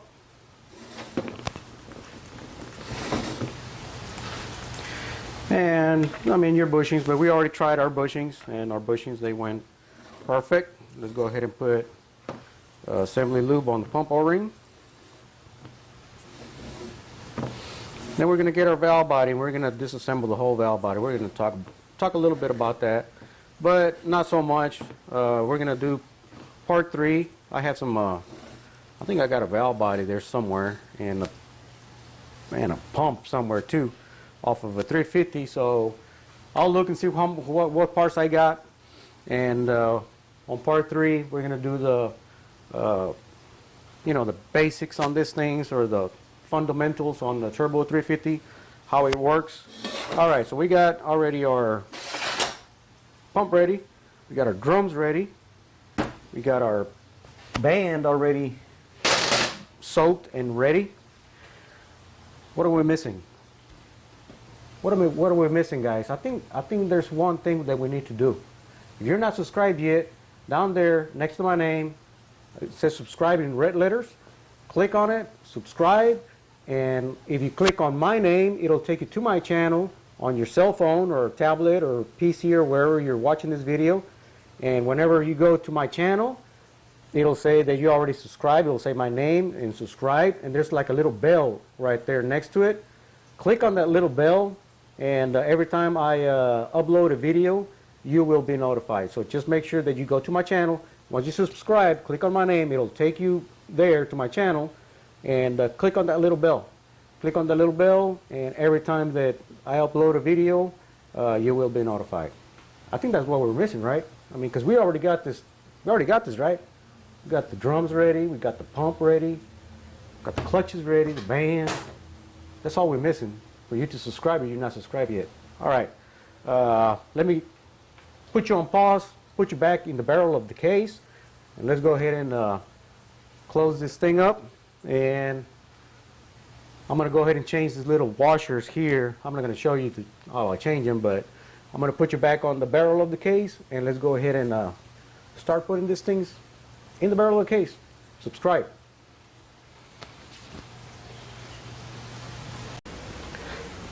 All right, so let's continue with this thing. We're going to install this as an assembly.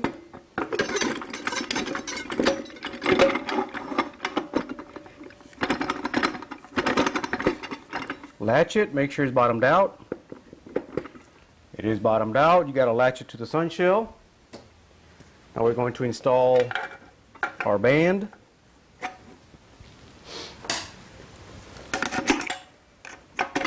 There we go. Make sure it's latched or lugged on the case right here. As you can see that, we have our band already installed. And there's a little fiber of shop towel. That's what it looks like. Yeah. All right, just let's make sure that the band is latched or on the lug on the case right there. Intermediate frictions.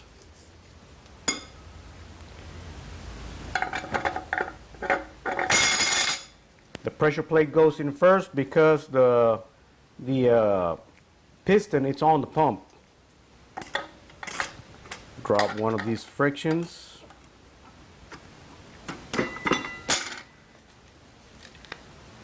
Drop another steel friction. Blue racing frictions. Another steel. Another friction. Another steel. And as we mentioned before, instead of a wavy cushion plate, we're going to install another steel plate. Now we can go ahead and prepare our surface here for our pump. So we can install our pump.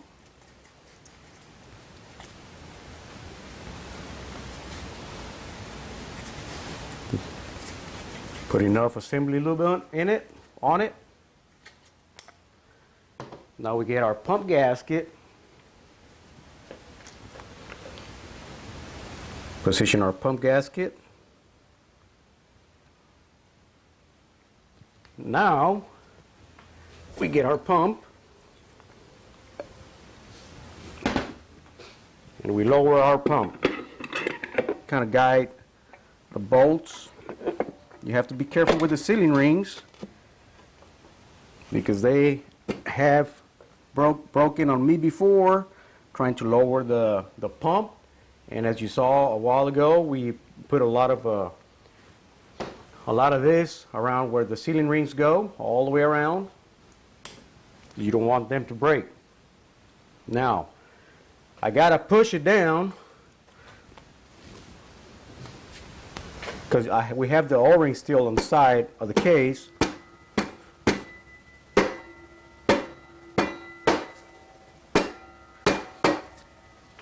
Now we got the O-ring in the case. Remember when we put it without the O-ring, it just bottomed out with no problem, no issue.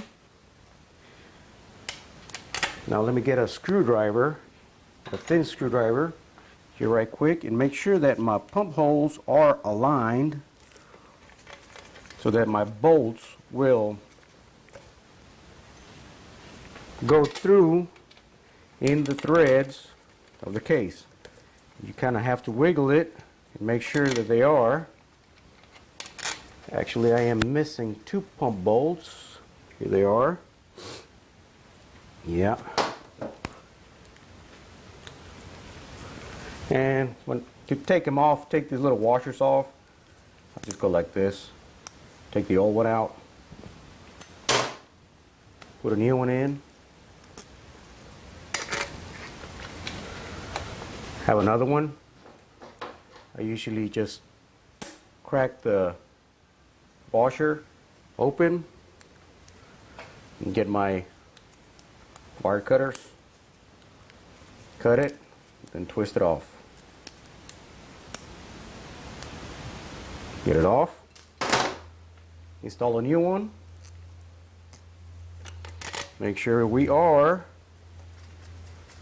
in good shape here, that our bolts do get tight.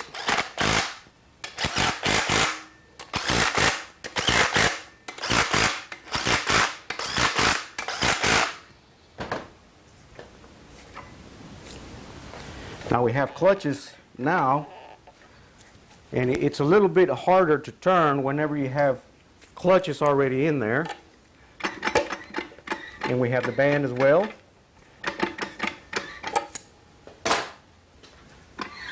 There we go. I just turned the output shaft. As you see that the input shaft turned by itself. So we're good. Now we need to torque the bolts. Let me get an extension right quick. Get that torque wrench.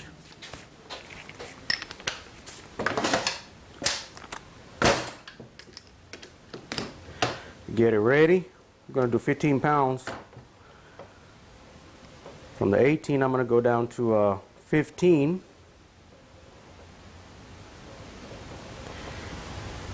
And then we're going to go to 18 to see if it'll take 18.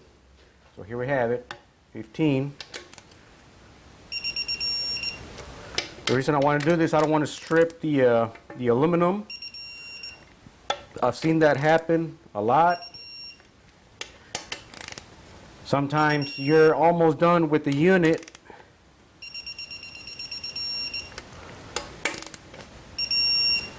and when you take it apart, all the threads they look good and in good shape, but when you go back to torque them, just because it's been apart so many times, the threads get weak and you strip them. So we took the 15 pretty good.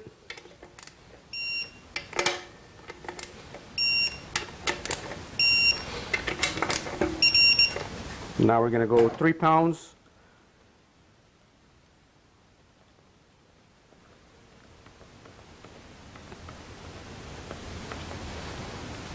We're going to do the same thing to the valve body.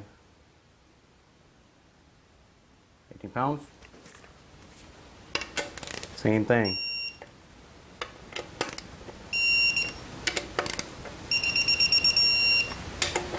Sometimes it's kind of scary whenever you hear that and you feel they feel a little weak.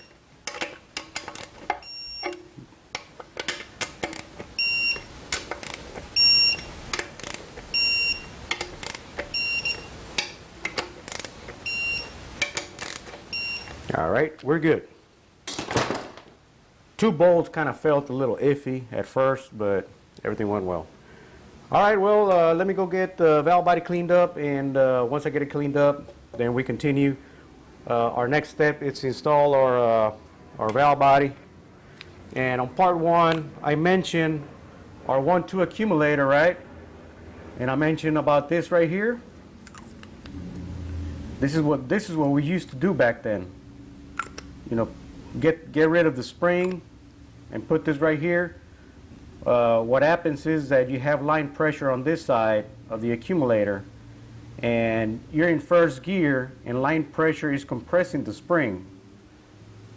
Then when second gear comes on, the spring goes against line pressure. You have the 1-2 fluid. This is the cap, right?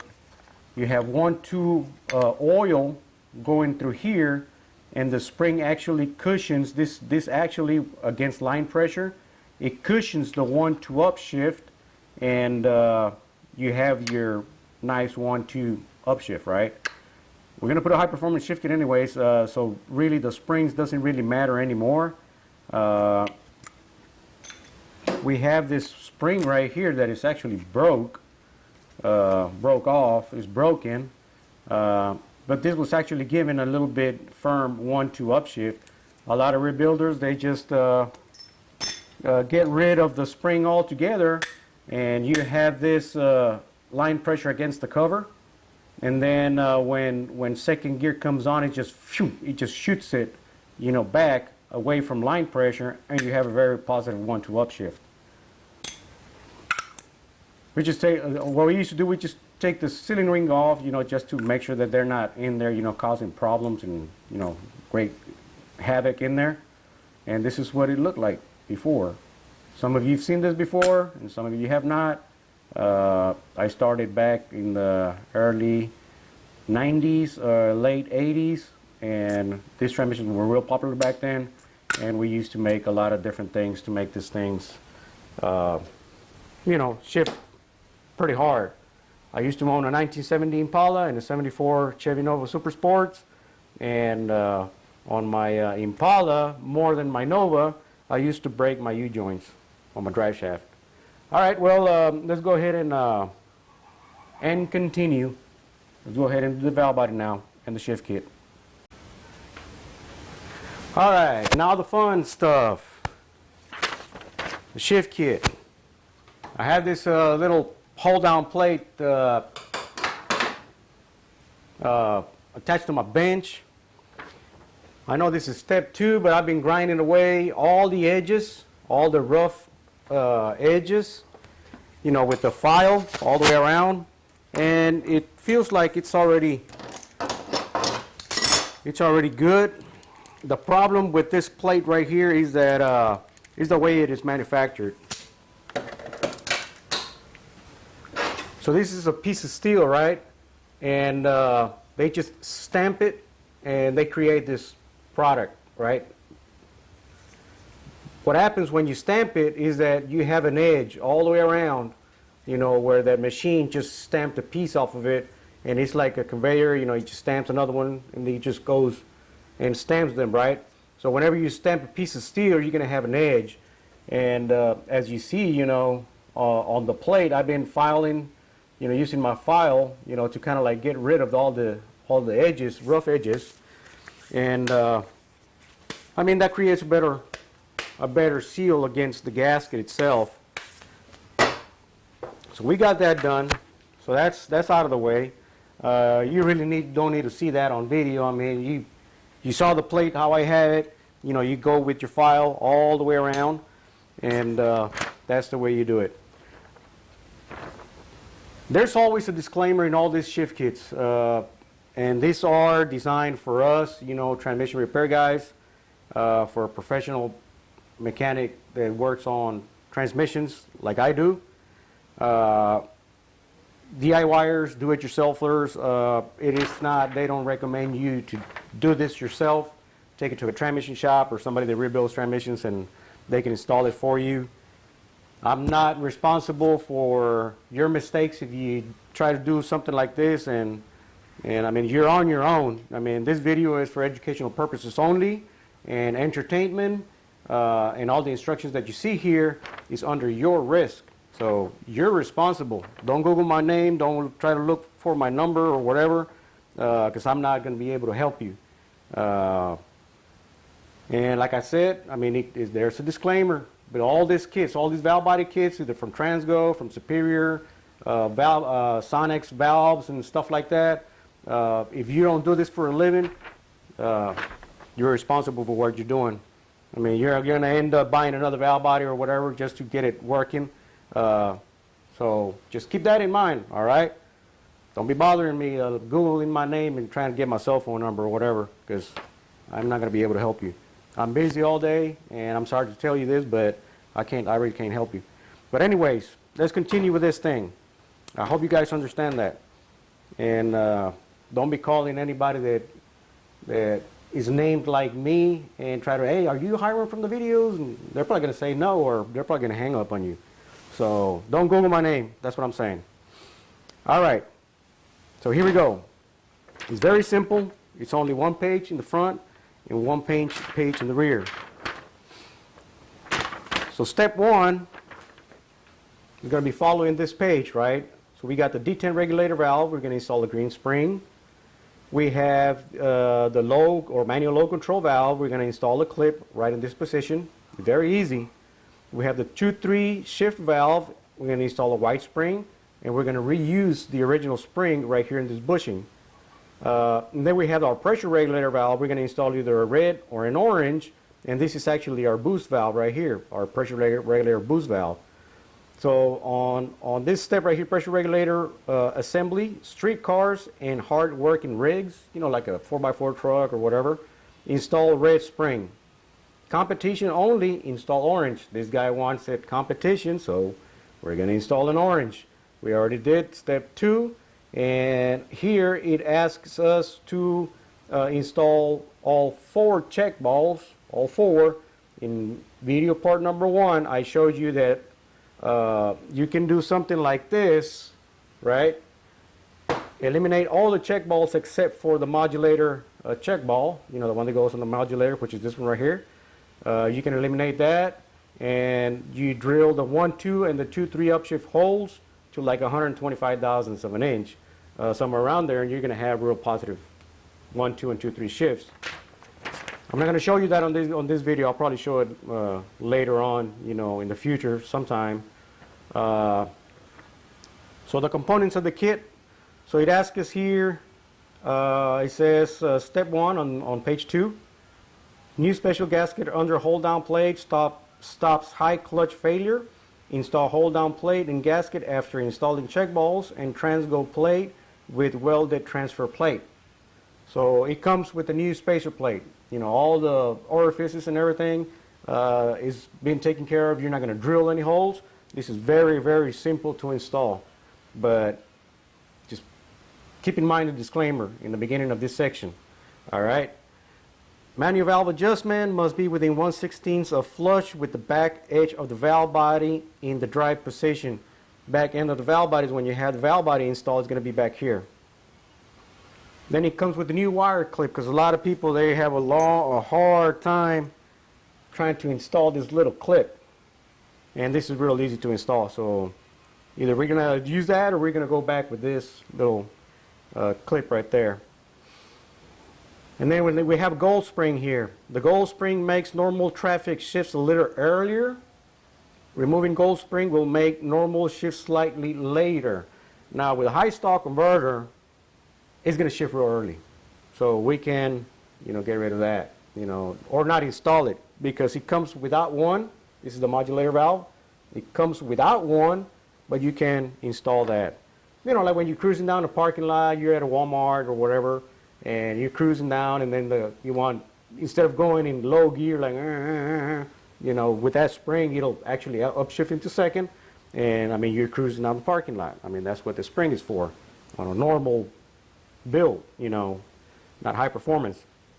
Step 4, several governor springs are furnished for passenger vehicles to yellow, for light trucks to yellow, four-wheel drive white and yellow. Now we can customize those shifts, and we're going to go from earliest to the latest, and we're going to use the latest because he's installing a high stall converter. I think it's a 2800 he's going to put on that thing. So we're going to install a white and yellow combination, sort of like the four-wheel drive setup. We're not going to use this spring, but we are going to install the white and yellow on the governor itself. So that's it. It's very easy. It's very simple. I mean, there's nothing to it. But I got to give credit to these guys. I mean, I love their products. I love the way they do things. And you got to, respect that. It says here, somewhere in here. Let me just show it to you and kind of read it with you too. This kit is for the professional mechanics only. It is not for the do-it-yourselfer. It is designed to improve the shift performance and durability of the turbohydromatic 350 transmission by furnishing additional oil flow to areas of warp and wear and exhausting the cross leaks that often cause friction failure. So I know a lot of people who, well, how come you don't install B&M shift kit, or something like that? Well, they have very brutal shifts, which is good, but I don't want to read this again to you, but I mean, it says furnishing additional oil flow to areas of warp and wear and exhausting the cross leaks that often cause friction failure. So not only it's a performance kit, but it actually corrects a lot of issues that this transmission does have, originally have. So we're going to start with the green spring. Let's go ahead and get our contents out of the box here. I know it looks kind of weird that, I mean, you're looking at the bench and I'm talking over here and all you can see is just the bottom of my face, but like I mentioned before, I'm not important. This right here, it's important, so don't mind me. We got the 2 yellows, we got a white, and we got a blue. These are the governor springs. We have a governor cover, a square cut seal there, or lathe cut seal, and that's because you're going to be taking and removing or customizing your shifts on your governor. We have 4 check balls, brand new 4 check balls. We have the filter gasket, and we have this plate right here. I mean, not the plate, but the clip that holds down the detent lever for the detent cable. We have the modulator spring in here with the modulator O-ring. This kit can be installed on the vehicle. So, and this does not have to be removed, for it. You can leave it as it is. This doesn't have to be removed either. I mean, I just took it out just to clean the valve body from the inside. Now, there's a speculation here. Should I leave the spring or should I take it off? I think I'm going to leave it in. And second gear is what you really want. Third gear, too, but I hope these guys don't get tired of this hard shifting thing. A lot of people do after a while. So here we have our gold clip. The green spring for the detent valve. The white spring for the 2-3 shift valve. The orange and the red for the line pressure control valve. And that's it. That's it, man. All right, well, let's start with the pressure regulator valve. So he wants the orange. Now, See the difference of the spring? One is taller than the other, right? So what's up with this? This is going to give you more line pressure. The line pressure working against the valve is going to have more force here and keeping higher pressure. Higher pressure is going to create more positive shifts. We have blue clutches and coiling steel, so it's going to grab pretty good. It's going to grab really, really good. I would have, for street use, I would use this, but that's what he wants, so that's what this one, that's what he wants. All right, let's get started. You can use a magnet, but usually if you just wiggle it, the roll pin, it's not really a roll pin, but you know, the little pin comes off. The little pin comes off easily. All right, put this on the side. We have a boost valve here. Well, the boost valve stayed in here. But this is what it looks like, the boost valve. It's full of solvent, so I mean I cleaned it on the solvent. So this goes in first. Come on now.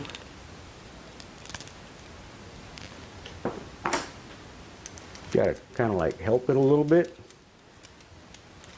You have three different types of sizes of bore here, and this goes all the way to the bottom. And as you saw the condition of this unit, you know, when we tore it down, it was in really, really good shape. So there's not a whole lot of trash in here. All right, so we got it in there. It's in there. Now we get our boost valve and install it in here. Now I suggest to put some assembly lube on the boost valve, because that spring is kind of hard to get in, and the valve will probably pop out a few times. But we'll see right now and see what. It's a nice and soft spring, the original one, that it kind of looks like the factory, I mean the heavy duty spring, which is this one, the heavy duty spring. This is the new one, and this is the factory. It's a little longer, but the coils are smaller and it's a little more flimsy, and this is a little bit more rigid. So it raises line pressure a little bit. And we have, of course, our pressure regulator valve. Make sure that it's not stuck, which it's not. And the way it came out, that's the way it goes in. Well, he don't want the heavy duty. He wants the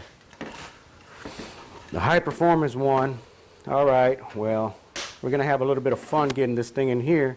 So this is where the pin goes. So you got to make sure you're kind of ready and have it in position, because it's going to be a little stiff getting this thing in here. There's going to be a lot of spring tension, so you're going to have to. Yeah, boy. Got it in there. Now we need the white spring on the 2-3 shift valve, which is the next valve on the valve lineup. And then we have the 1-2 shift valve, which we're not going to do anything to the 1-2 shift valve according to the instructions. We're going to change the spring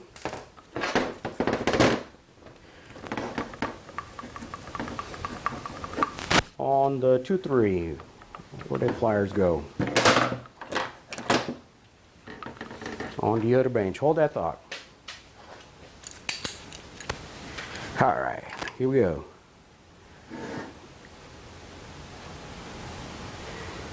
This is also a little bit tricky because he has a spring inside this bushing. The valve that lives inside this bushing has a little spring. And we're going to reuse that spring. Why is it tricky? Because he's almost on the edge, and he could cut sideways a little bit when it comes out. The spring is in there. Let me go upside down. There's the spring. You see that? This is the way it goes. Like this. All right, put that on the side. Get this little yellow flimsy spring, and this is a little longer coils on this, and a little flimsier. Go ahead and throw that in there. And this is going to be a little fun. So I'm going to back out a little bit the 2-3 shift valve, just enough so that it won't get cocked sideways. And I'm going to go really like this.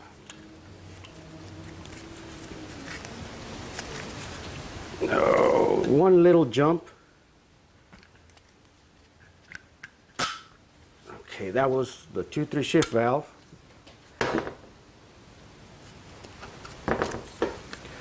There we go. Get that in there.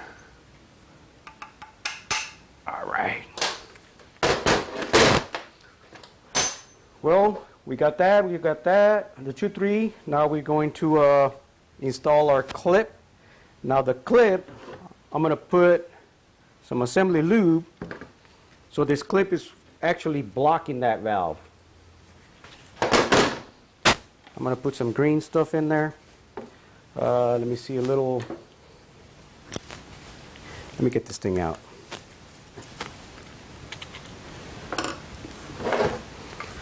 So we have this detent valve, and it strokes in the bore. And the instructions tells us to put this clip in there, and we're blocking the valve from movement. It's no longer functional.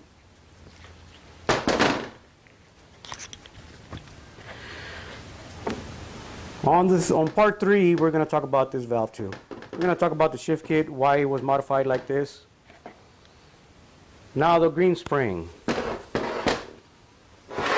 Alright. Let me get the little pliers.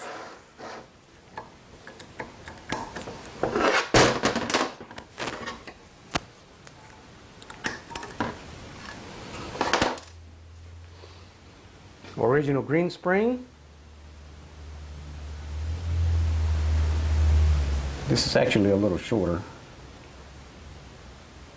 You know what? I misnamed that valve that we just blocked. That's not the detent valve. That's the manual valve, I think. Manual, yeah, manual low control valve. This is the detent regulator, the one with the green spring. This is going to be a little tricky because there's no plug. It's just a spring. So I got to get the clip behind it. See, it's a little tricky to get in there. You got cocked sideways, but we're going to get it in there. Don't worry about it.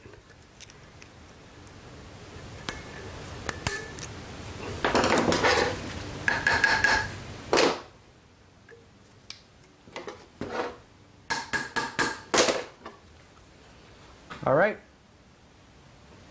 get it in there. Let's go ahead and assemble this. We're done with this page. We're done with page 1. Let me get the rest of the contents of this kit. We have a gasket down here, and we have a spacer plate. We have a spacer plate with the channel plate welded together, as you see here. This used to come separate before with the spacer plate, but now it just comes in one piece. So we put this gasket here, and then we put this here, and then our valve body gaskets, you know, but we're going to get there. Let's not get ahead of ourselves. All right, well, let's go ahead and take this sealing ring off. Actually, I found both sealing rings for both, for the intermediate servo and 2-3 accumulator is the same size sealing ring.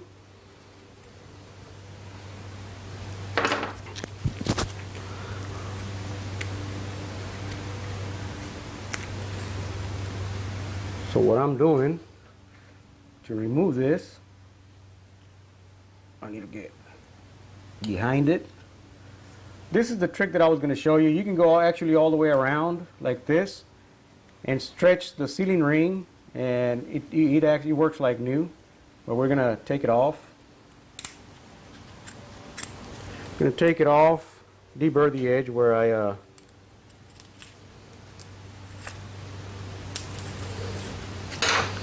blow it off.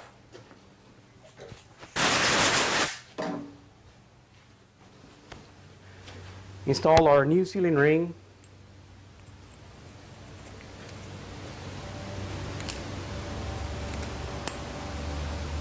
There we go. We have installed the new sealing ring. Make sure it rotates.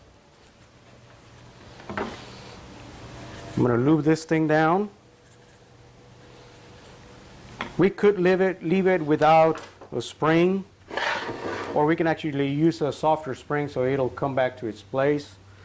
But we're gonna return its original spring in there. It was a little bit hard to come off because of the pin where the snap ring goes.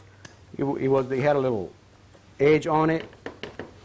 So what we want to do, we want to tap it down.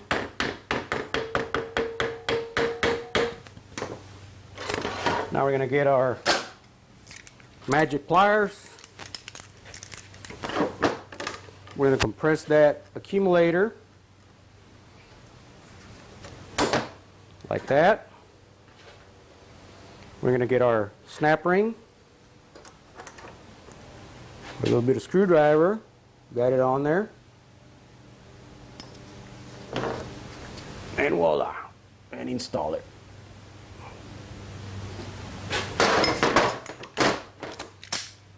And this spring is not too stiff. I've seen stiffer springs that really you got to compress that spring to get this thing out. Alright, put it back in its place. So we already have our 2-3 accumulator installed in here. 4 check balls on the case. Let's go ahead and do step 4 before we install our valve body on the case, on the transmission. Let's get our governor, and let me get my mini needle nose pliers. This is what we're going to use for that mini needle nose. We're going to get in here. See, we got 2 springs in there. 2 springs in there. Going to get them out. Spring number 1. Spring number 2.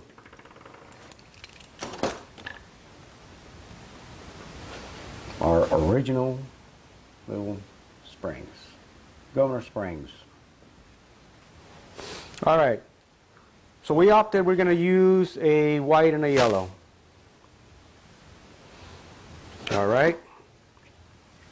So here is our new spring. We're going to use our mini needle nose pliers. We're going to do this. See that? This is what we're going to do. We're going to get in between here.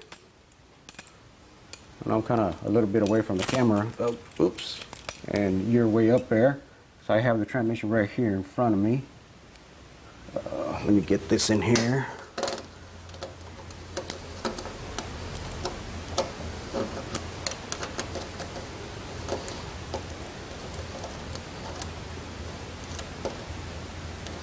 So you gotta get it in there.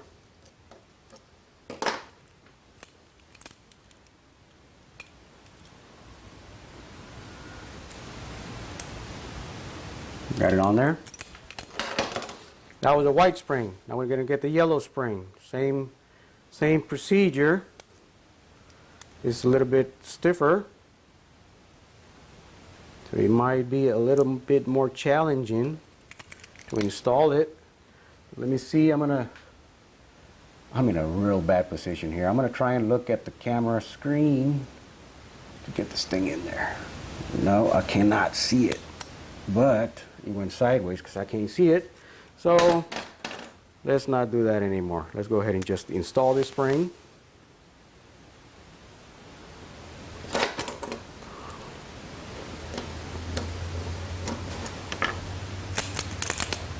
It's as easy as that when you're looking at it straight. White and yellow. So we completed this step. Now let's go ahead and flip our transmission over and install our check balls, install our spacer plate, and install our valve body. 1-2 accumulator. We're gonna do this option here. We're gonna do this. I don't have another spring. I have another unit over there, and I was looking for that spring. And well, I don't have the case no more, but I have a transmission, 350 transmission parts somewhere over there. I got the valve body, and I got, I think, half the pump and some planets and stuff. So we're not gonna use that spring. We're gonna use this option right here. All right. All right, guys. Well, let's continue with this thing. Get my 9/16 socket. What I do to it? Come on now, right here. Let's go ahead and tighten up parking mechanism there. Now, I remember I showed you on part 1 that these filters did not come in the kit anymore. Actually, this kit does have both filters. So let's go ahead and install this filter here and install this other filter. This is a governor filter, and this is going to go right here. Is it right there or next to it? I think it's on the other hole. It only fits in one hole, so there we go. It goes right there. Dad, the pizza's here. All right, guys, sorry about that. My son was telling me that the pizza's here. All right. Where was I? I got a little bit sidetracked with the pizza. Anyways, one filter here and the governor filter here, and it comes with 4 check balls, and it comes with the kick down little boot, and it comes with the O-rings for the filter, the O-rings for the kick down, shift lever seal, and the little seal for the speedometer. All right.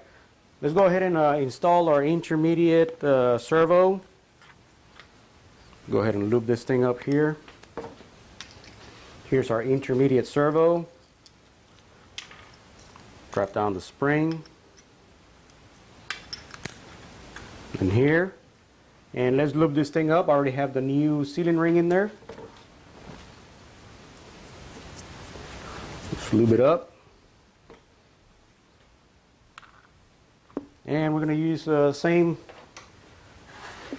tap it down so that we can get the sealing ring molded in there. There we go.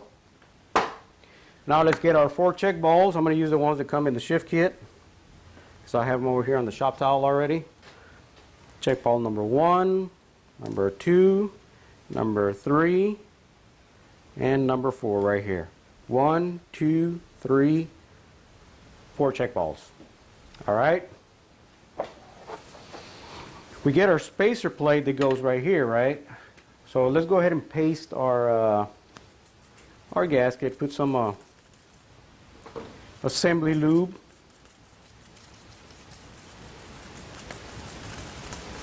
For our gaskets. We have 2 gaskets. We have one that comes in the shift kit already cut off like this.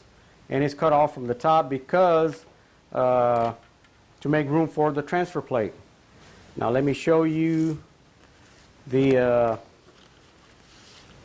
way it looks originally, and you probably remember the way when I took it out. This is the way the top one goes originally. It looks like this, but we now have this. All right, and the bottom one is the same. So put the bottom one, kind of paste it on here.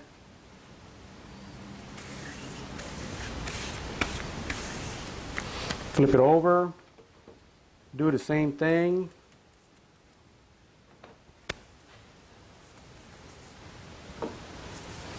Same thing. This is a transgo plate, manufactured by them. It has their transgo logo there. Install the other gasket.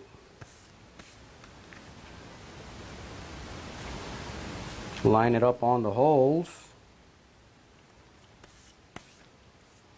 Alright, so we already have this tight. We already have our 2 filters. Now we're going to get 2 pan bolts. We're going to put one right here. We're going to put one right here. These are our alignment slots. Now we're going to need to get our transfer plate gasket or channel gasket. Get our 7 bolts.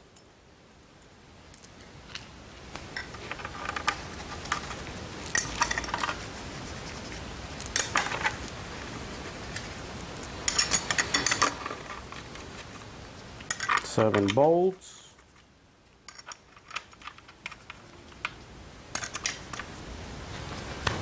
And let's get our, these are 1/2 inch, but I got my 13 here closer than my 1/2 inch, so I'm going to use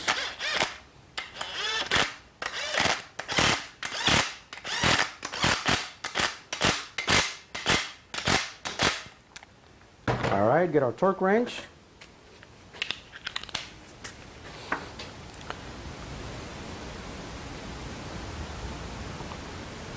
I'm going to do the 15.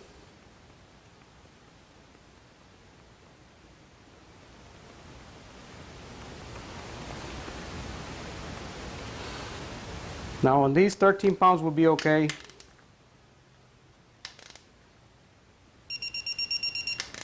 feels kind of weird because you got 2 gaskets that we are compressing.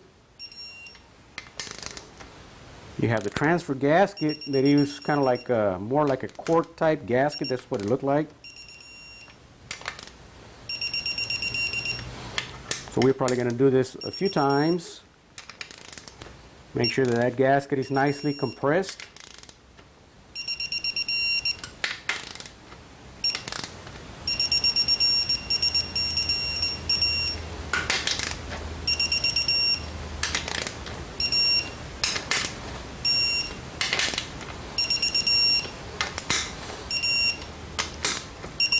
So you that are watching right now this video, how come you haven't pressed down there and click subscribe? Can you give me an explanation why you haven't done it yet? I'm doing all this work so you can watch this video and you don't want to press subscribe? Come on now. What's going on with you, boy? I know this video is helping you out. How come you don't want to press subscribe? You're getting entertained for free, so no harm done. Alright, so now we lower our valve body. We have our S clip right here. Let's get our valve body bolts.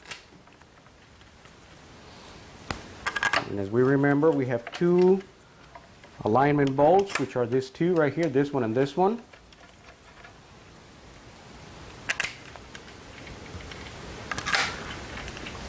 This one with the detent roller, I'm probably going to install it without the roller, so I can just align the valve body down and torque it, and then we'll install that. Otherwise, it'll be creating pressure and bouncing the valve body up. We're almost done, guys. We're almost done with this unit. Turbo Hydromatic 350. Smokey and the Bandit. Alright, let's lower our valve body.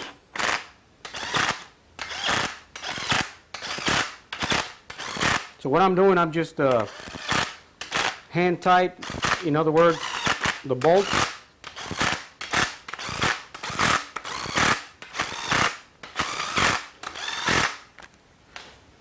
I know there is a pattern to tighten up the bolts, but you can do the Fibonacci pattern. That doesn't fail. That never fails.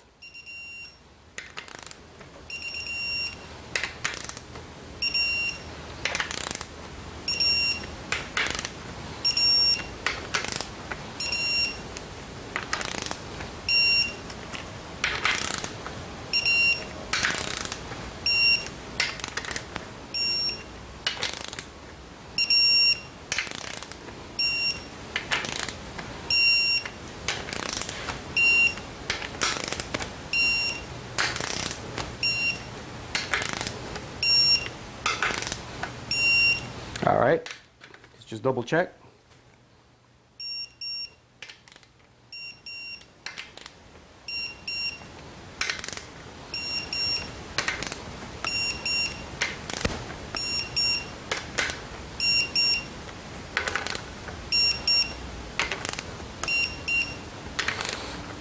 Oh, and don't forget to thumbs up. And be careful with that thumbs down little button. That's not a download button. All right, you got to do the thumbs up. As a matter of fact, if you want to download this video, you can install YouTube Red. I think they charge like $10 a month, and you can actually download this video or any video on YouTube to your smartphone or tablet or whatever PC, and you don't have to be online to watch it. So you can do that. Just go YouTube Red, sign up for YouTube Red, and download this video or any video of my channel that you want.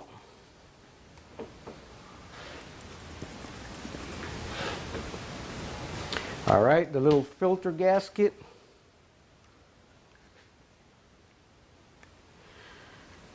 All right, where's the filter at? What I do with the filter? Right here. You got to be careful with these filters. Now this filter that came here says made in China, but most filters it would say front.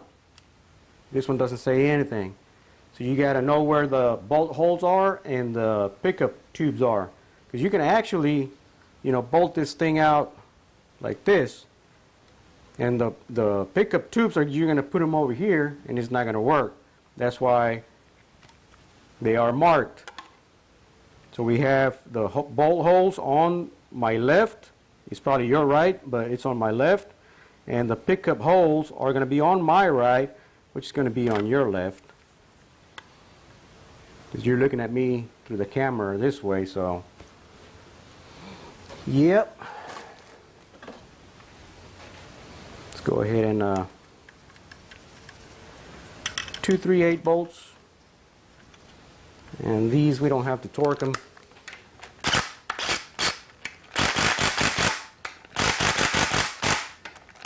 Just make sure they're tight. All right, we got our filter, we got our valve body installed, we got our check balls, we got both little thimble screens for little filters. They go one towards the pump, one towards the governor. We have our shift kit installed on our valve body. Now we're going to install the kick down little lever. Got to go through the hole first. So should I or should I not use this thing? What do you guys think? I'd rather go with this. I guess that's easier to remove and install, just in case you need to remove your valve body. But this is the way it goes. See, to go from one hole to the other, it's a little tricky. It takes a little bit of force. And a lot of people, they can't put them on. But it is doable. See how hard this thing is? My shirt is getting tangled over here. Let me get my little pliers. So this is why that little thing comes in there. There we go. We got it on there. It's a little stiff going, you know, on the clip over here. Kick down. All right, pan gasket. And gasket. Let me get my pan. As a matter of fact, I think my pan is going to be interfering over here to what we're going to do on this side. And I know that you guys are over there, but here's the governor, and the governor goes here on this hole. And we have a governor cover, and we have this here, and it goes on this side. So we're just going to tap it in there.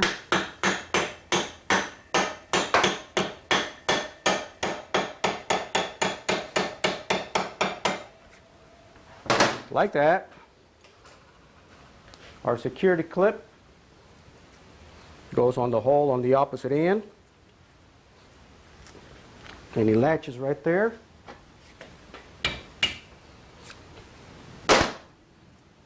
Watch part 1 too as well. My modulator valve, we're not going to install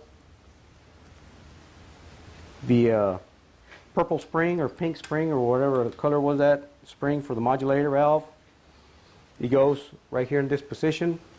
To get our modulator, stick it on there. If I had this on the bench, I mean, I could probably just swing it around.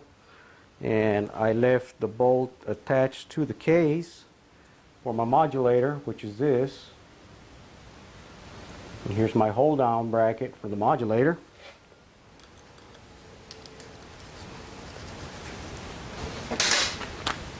Carefully we send it home. We don't want to break anything. Our 1-2 accumulator.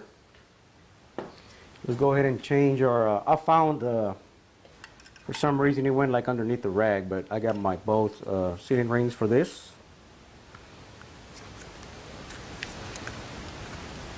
Go ahead and remove it. Remove the old one.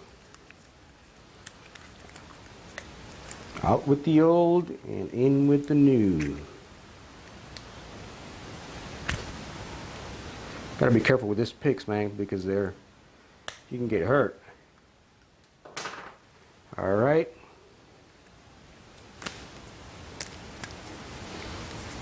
Got one sealing ring on.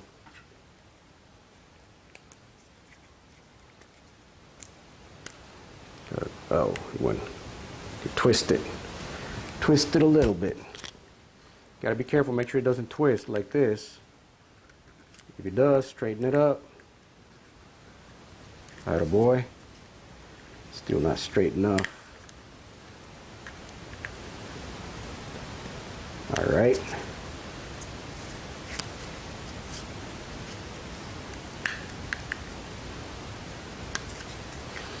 Now we're good. Kind of twisted a little bit, but now we are good. Lube it up.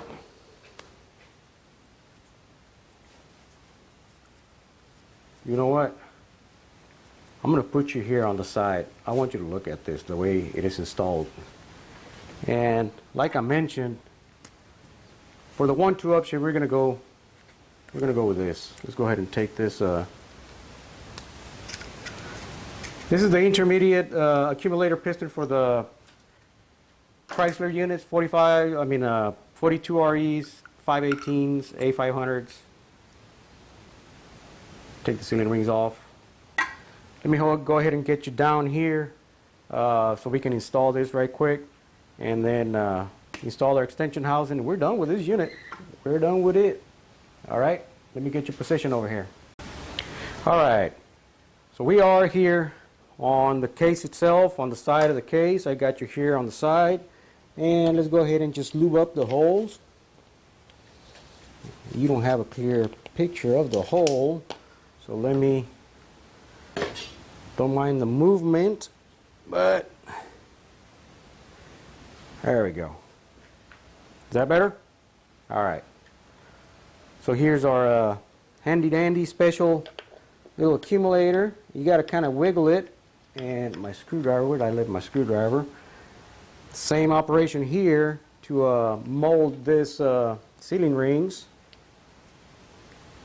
Tap it with the screwdriver and it should go right in. You just want to tap. Let me grab another screwdriver. Hold that thought. Tap.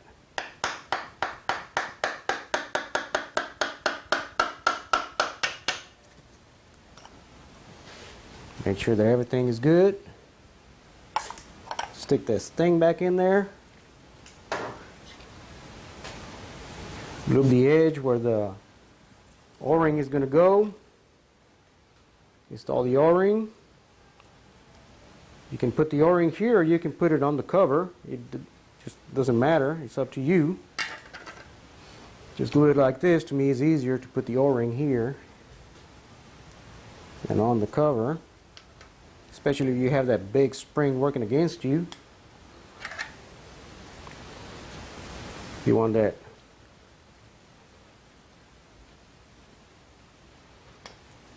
O-ring to, or this cover to go in as best as you can, as straight as you can.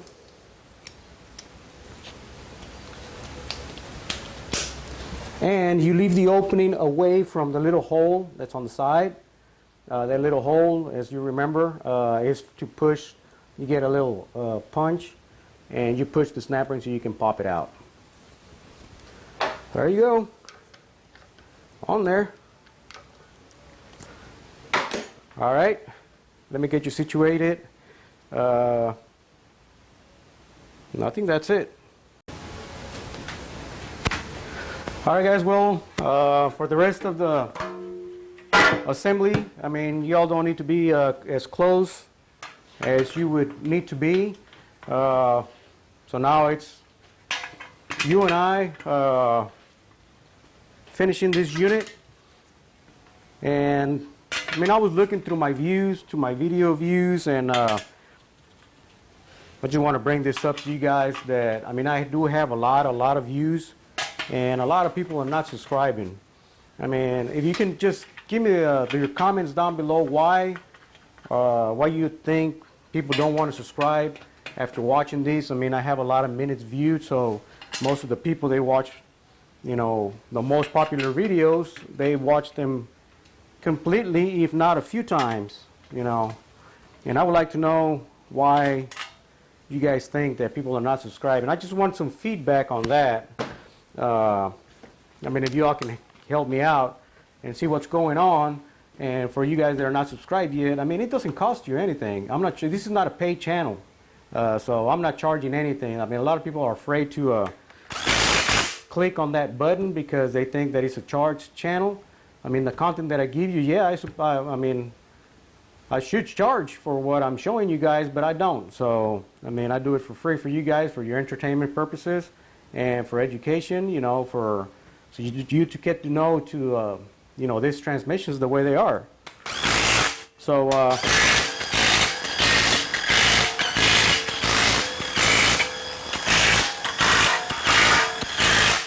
so let me know what you guys think. What's going on? We're going to install our extension housing. Well, before that, we need to speedometer gear. If you don't put the gear, the speedometer is not going to work. All right. So tell me what you think. I'm going to do part 3 here pretty soon, maybe in a few weeks. If I get a little free time, we'll go completely through the basics of this unit, the way it works. This is a governor and modulator controlled. So you have the governor for line pressure and the governor for shift points, and they all work together with line pressure, with your pressure regulator valve, and so it is a little, it's not complicated. I don't think it is. But once you understand the concept of this simple 350 unit, that the electronic units are going to be much easier, because a lot of things that take place in a unit like this, it's completely hydraulic. Actually, you have vacuum going to it.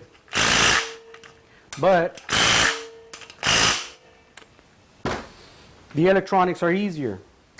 They're easier. Well, you have more valves because this one only has a one pressure regulator valve.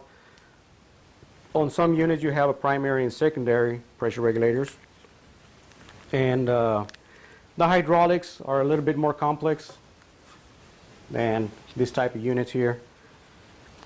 So I think that by learning the basics on these older transmissions that are hydraulic, it was the first of the firsts, you know, in the automotive industry. Let me get the little baggie over here. Tear it open. So now you see the way a transmission rebuilder works. I mean, I'm doing it. I mean, I'm not going by a script or anything like that. You know, I'm just doing it like, you know, like I'm doing it and just talking my mind out to you guys. You know, whatever I'm looking at, whatever my experience tells me how to do things, you know, the experience that I've built, you know, during my years. So I'm sharing you the years of experience that I have with you guys, and I hope that this video is not being too long. It's part 2. Anyways, the rebuild. I'm not done with the rebuild, so I can, you know, continue talking to you guys. This is something I never do. You know, whenever I do a video, I just cut it at almost at the end, you know, because what I'm doing here is I'm just buttoning it up. And now, here's my 10. I got 2 Hondas on that bench, so. All right, linkage. This is going to be fun because I don't remember what I did to the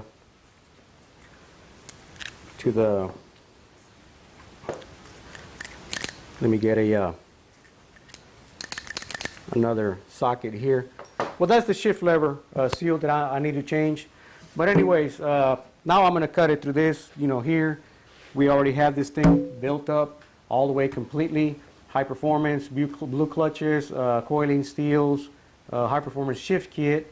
We look at the clearance, you know, eyeballing and by feel, and it worked out pretty great. Sometimes you only need one shim, just the one in the front or the one in the rear, whichever you want to put.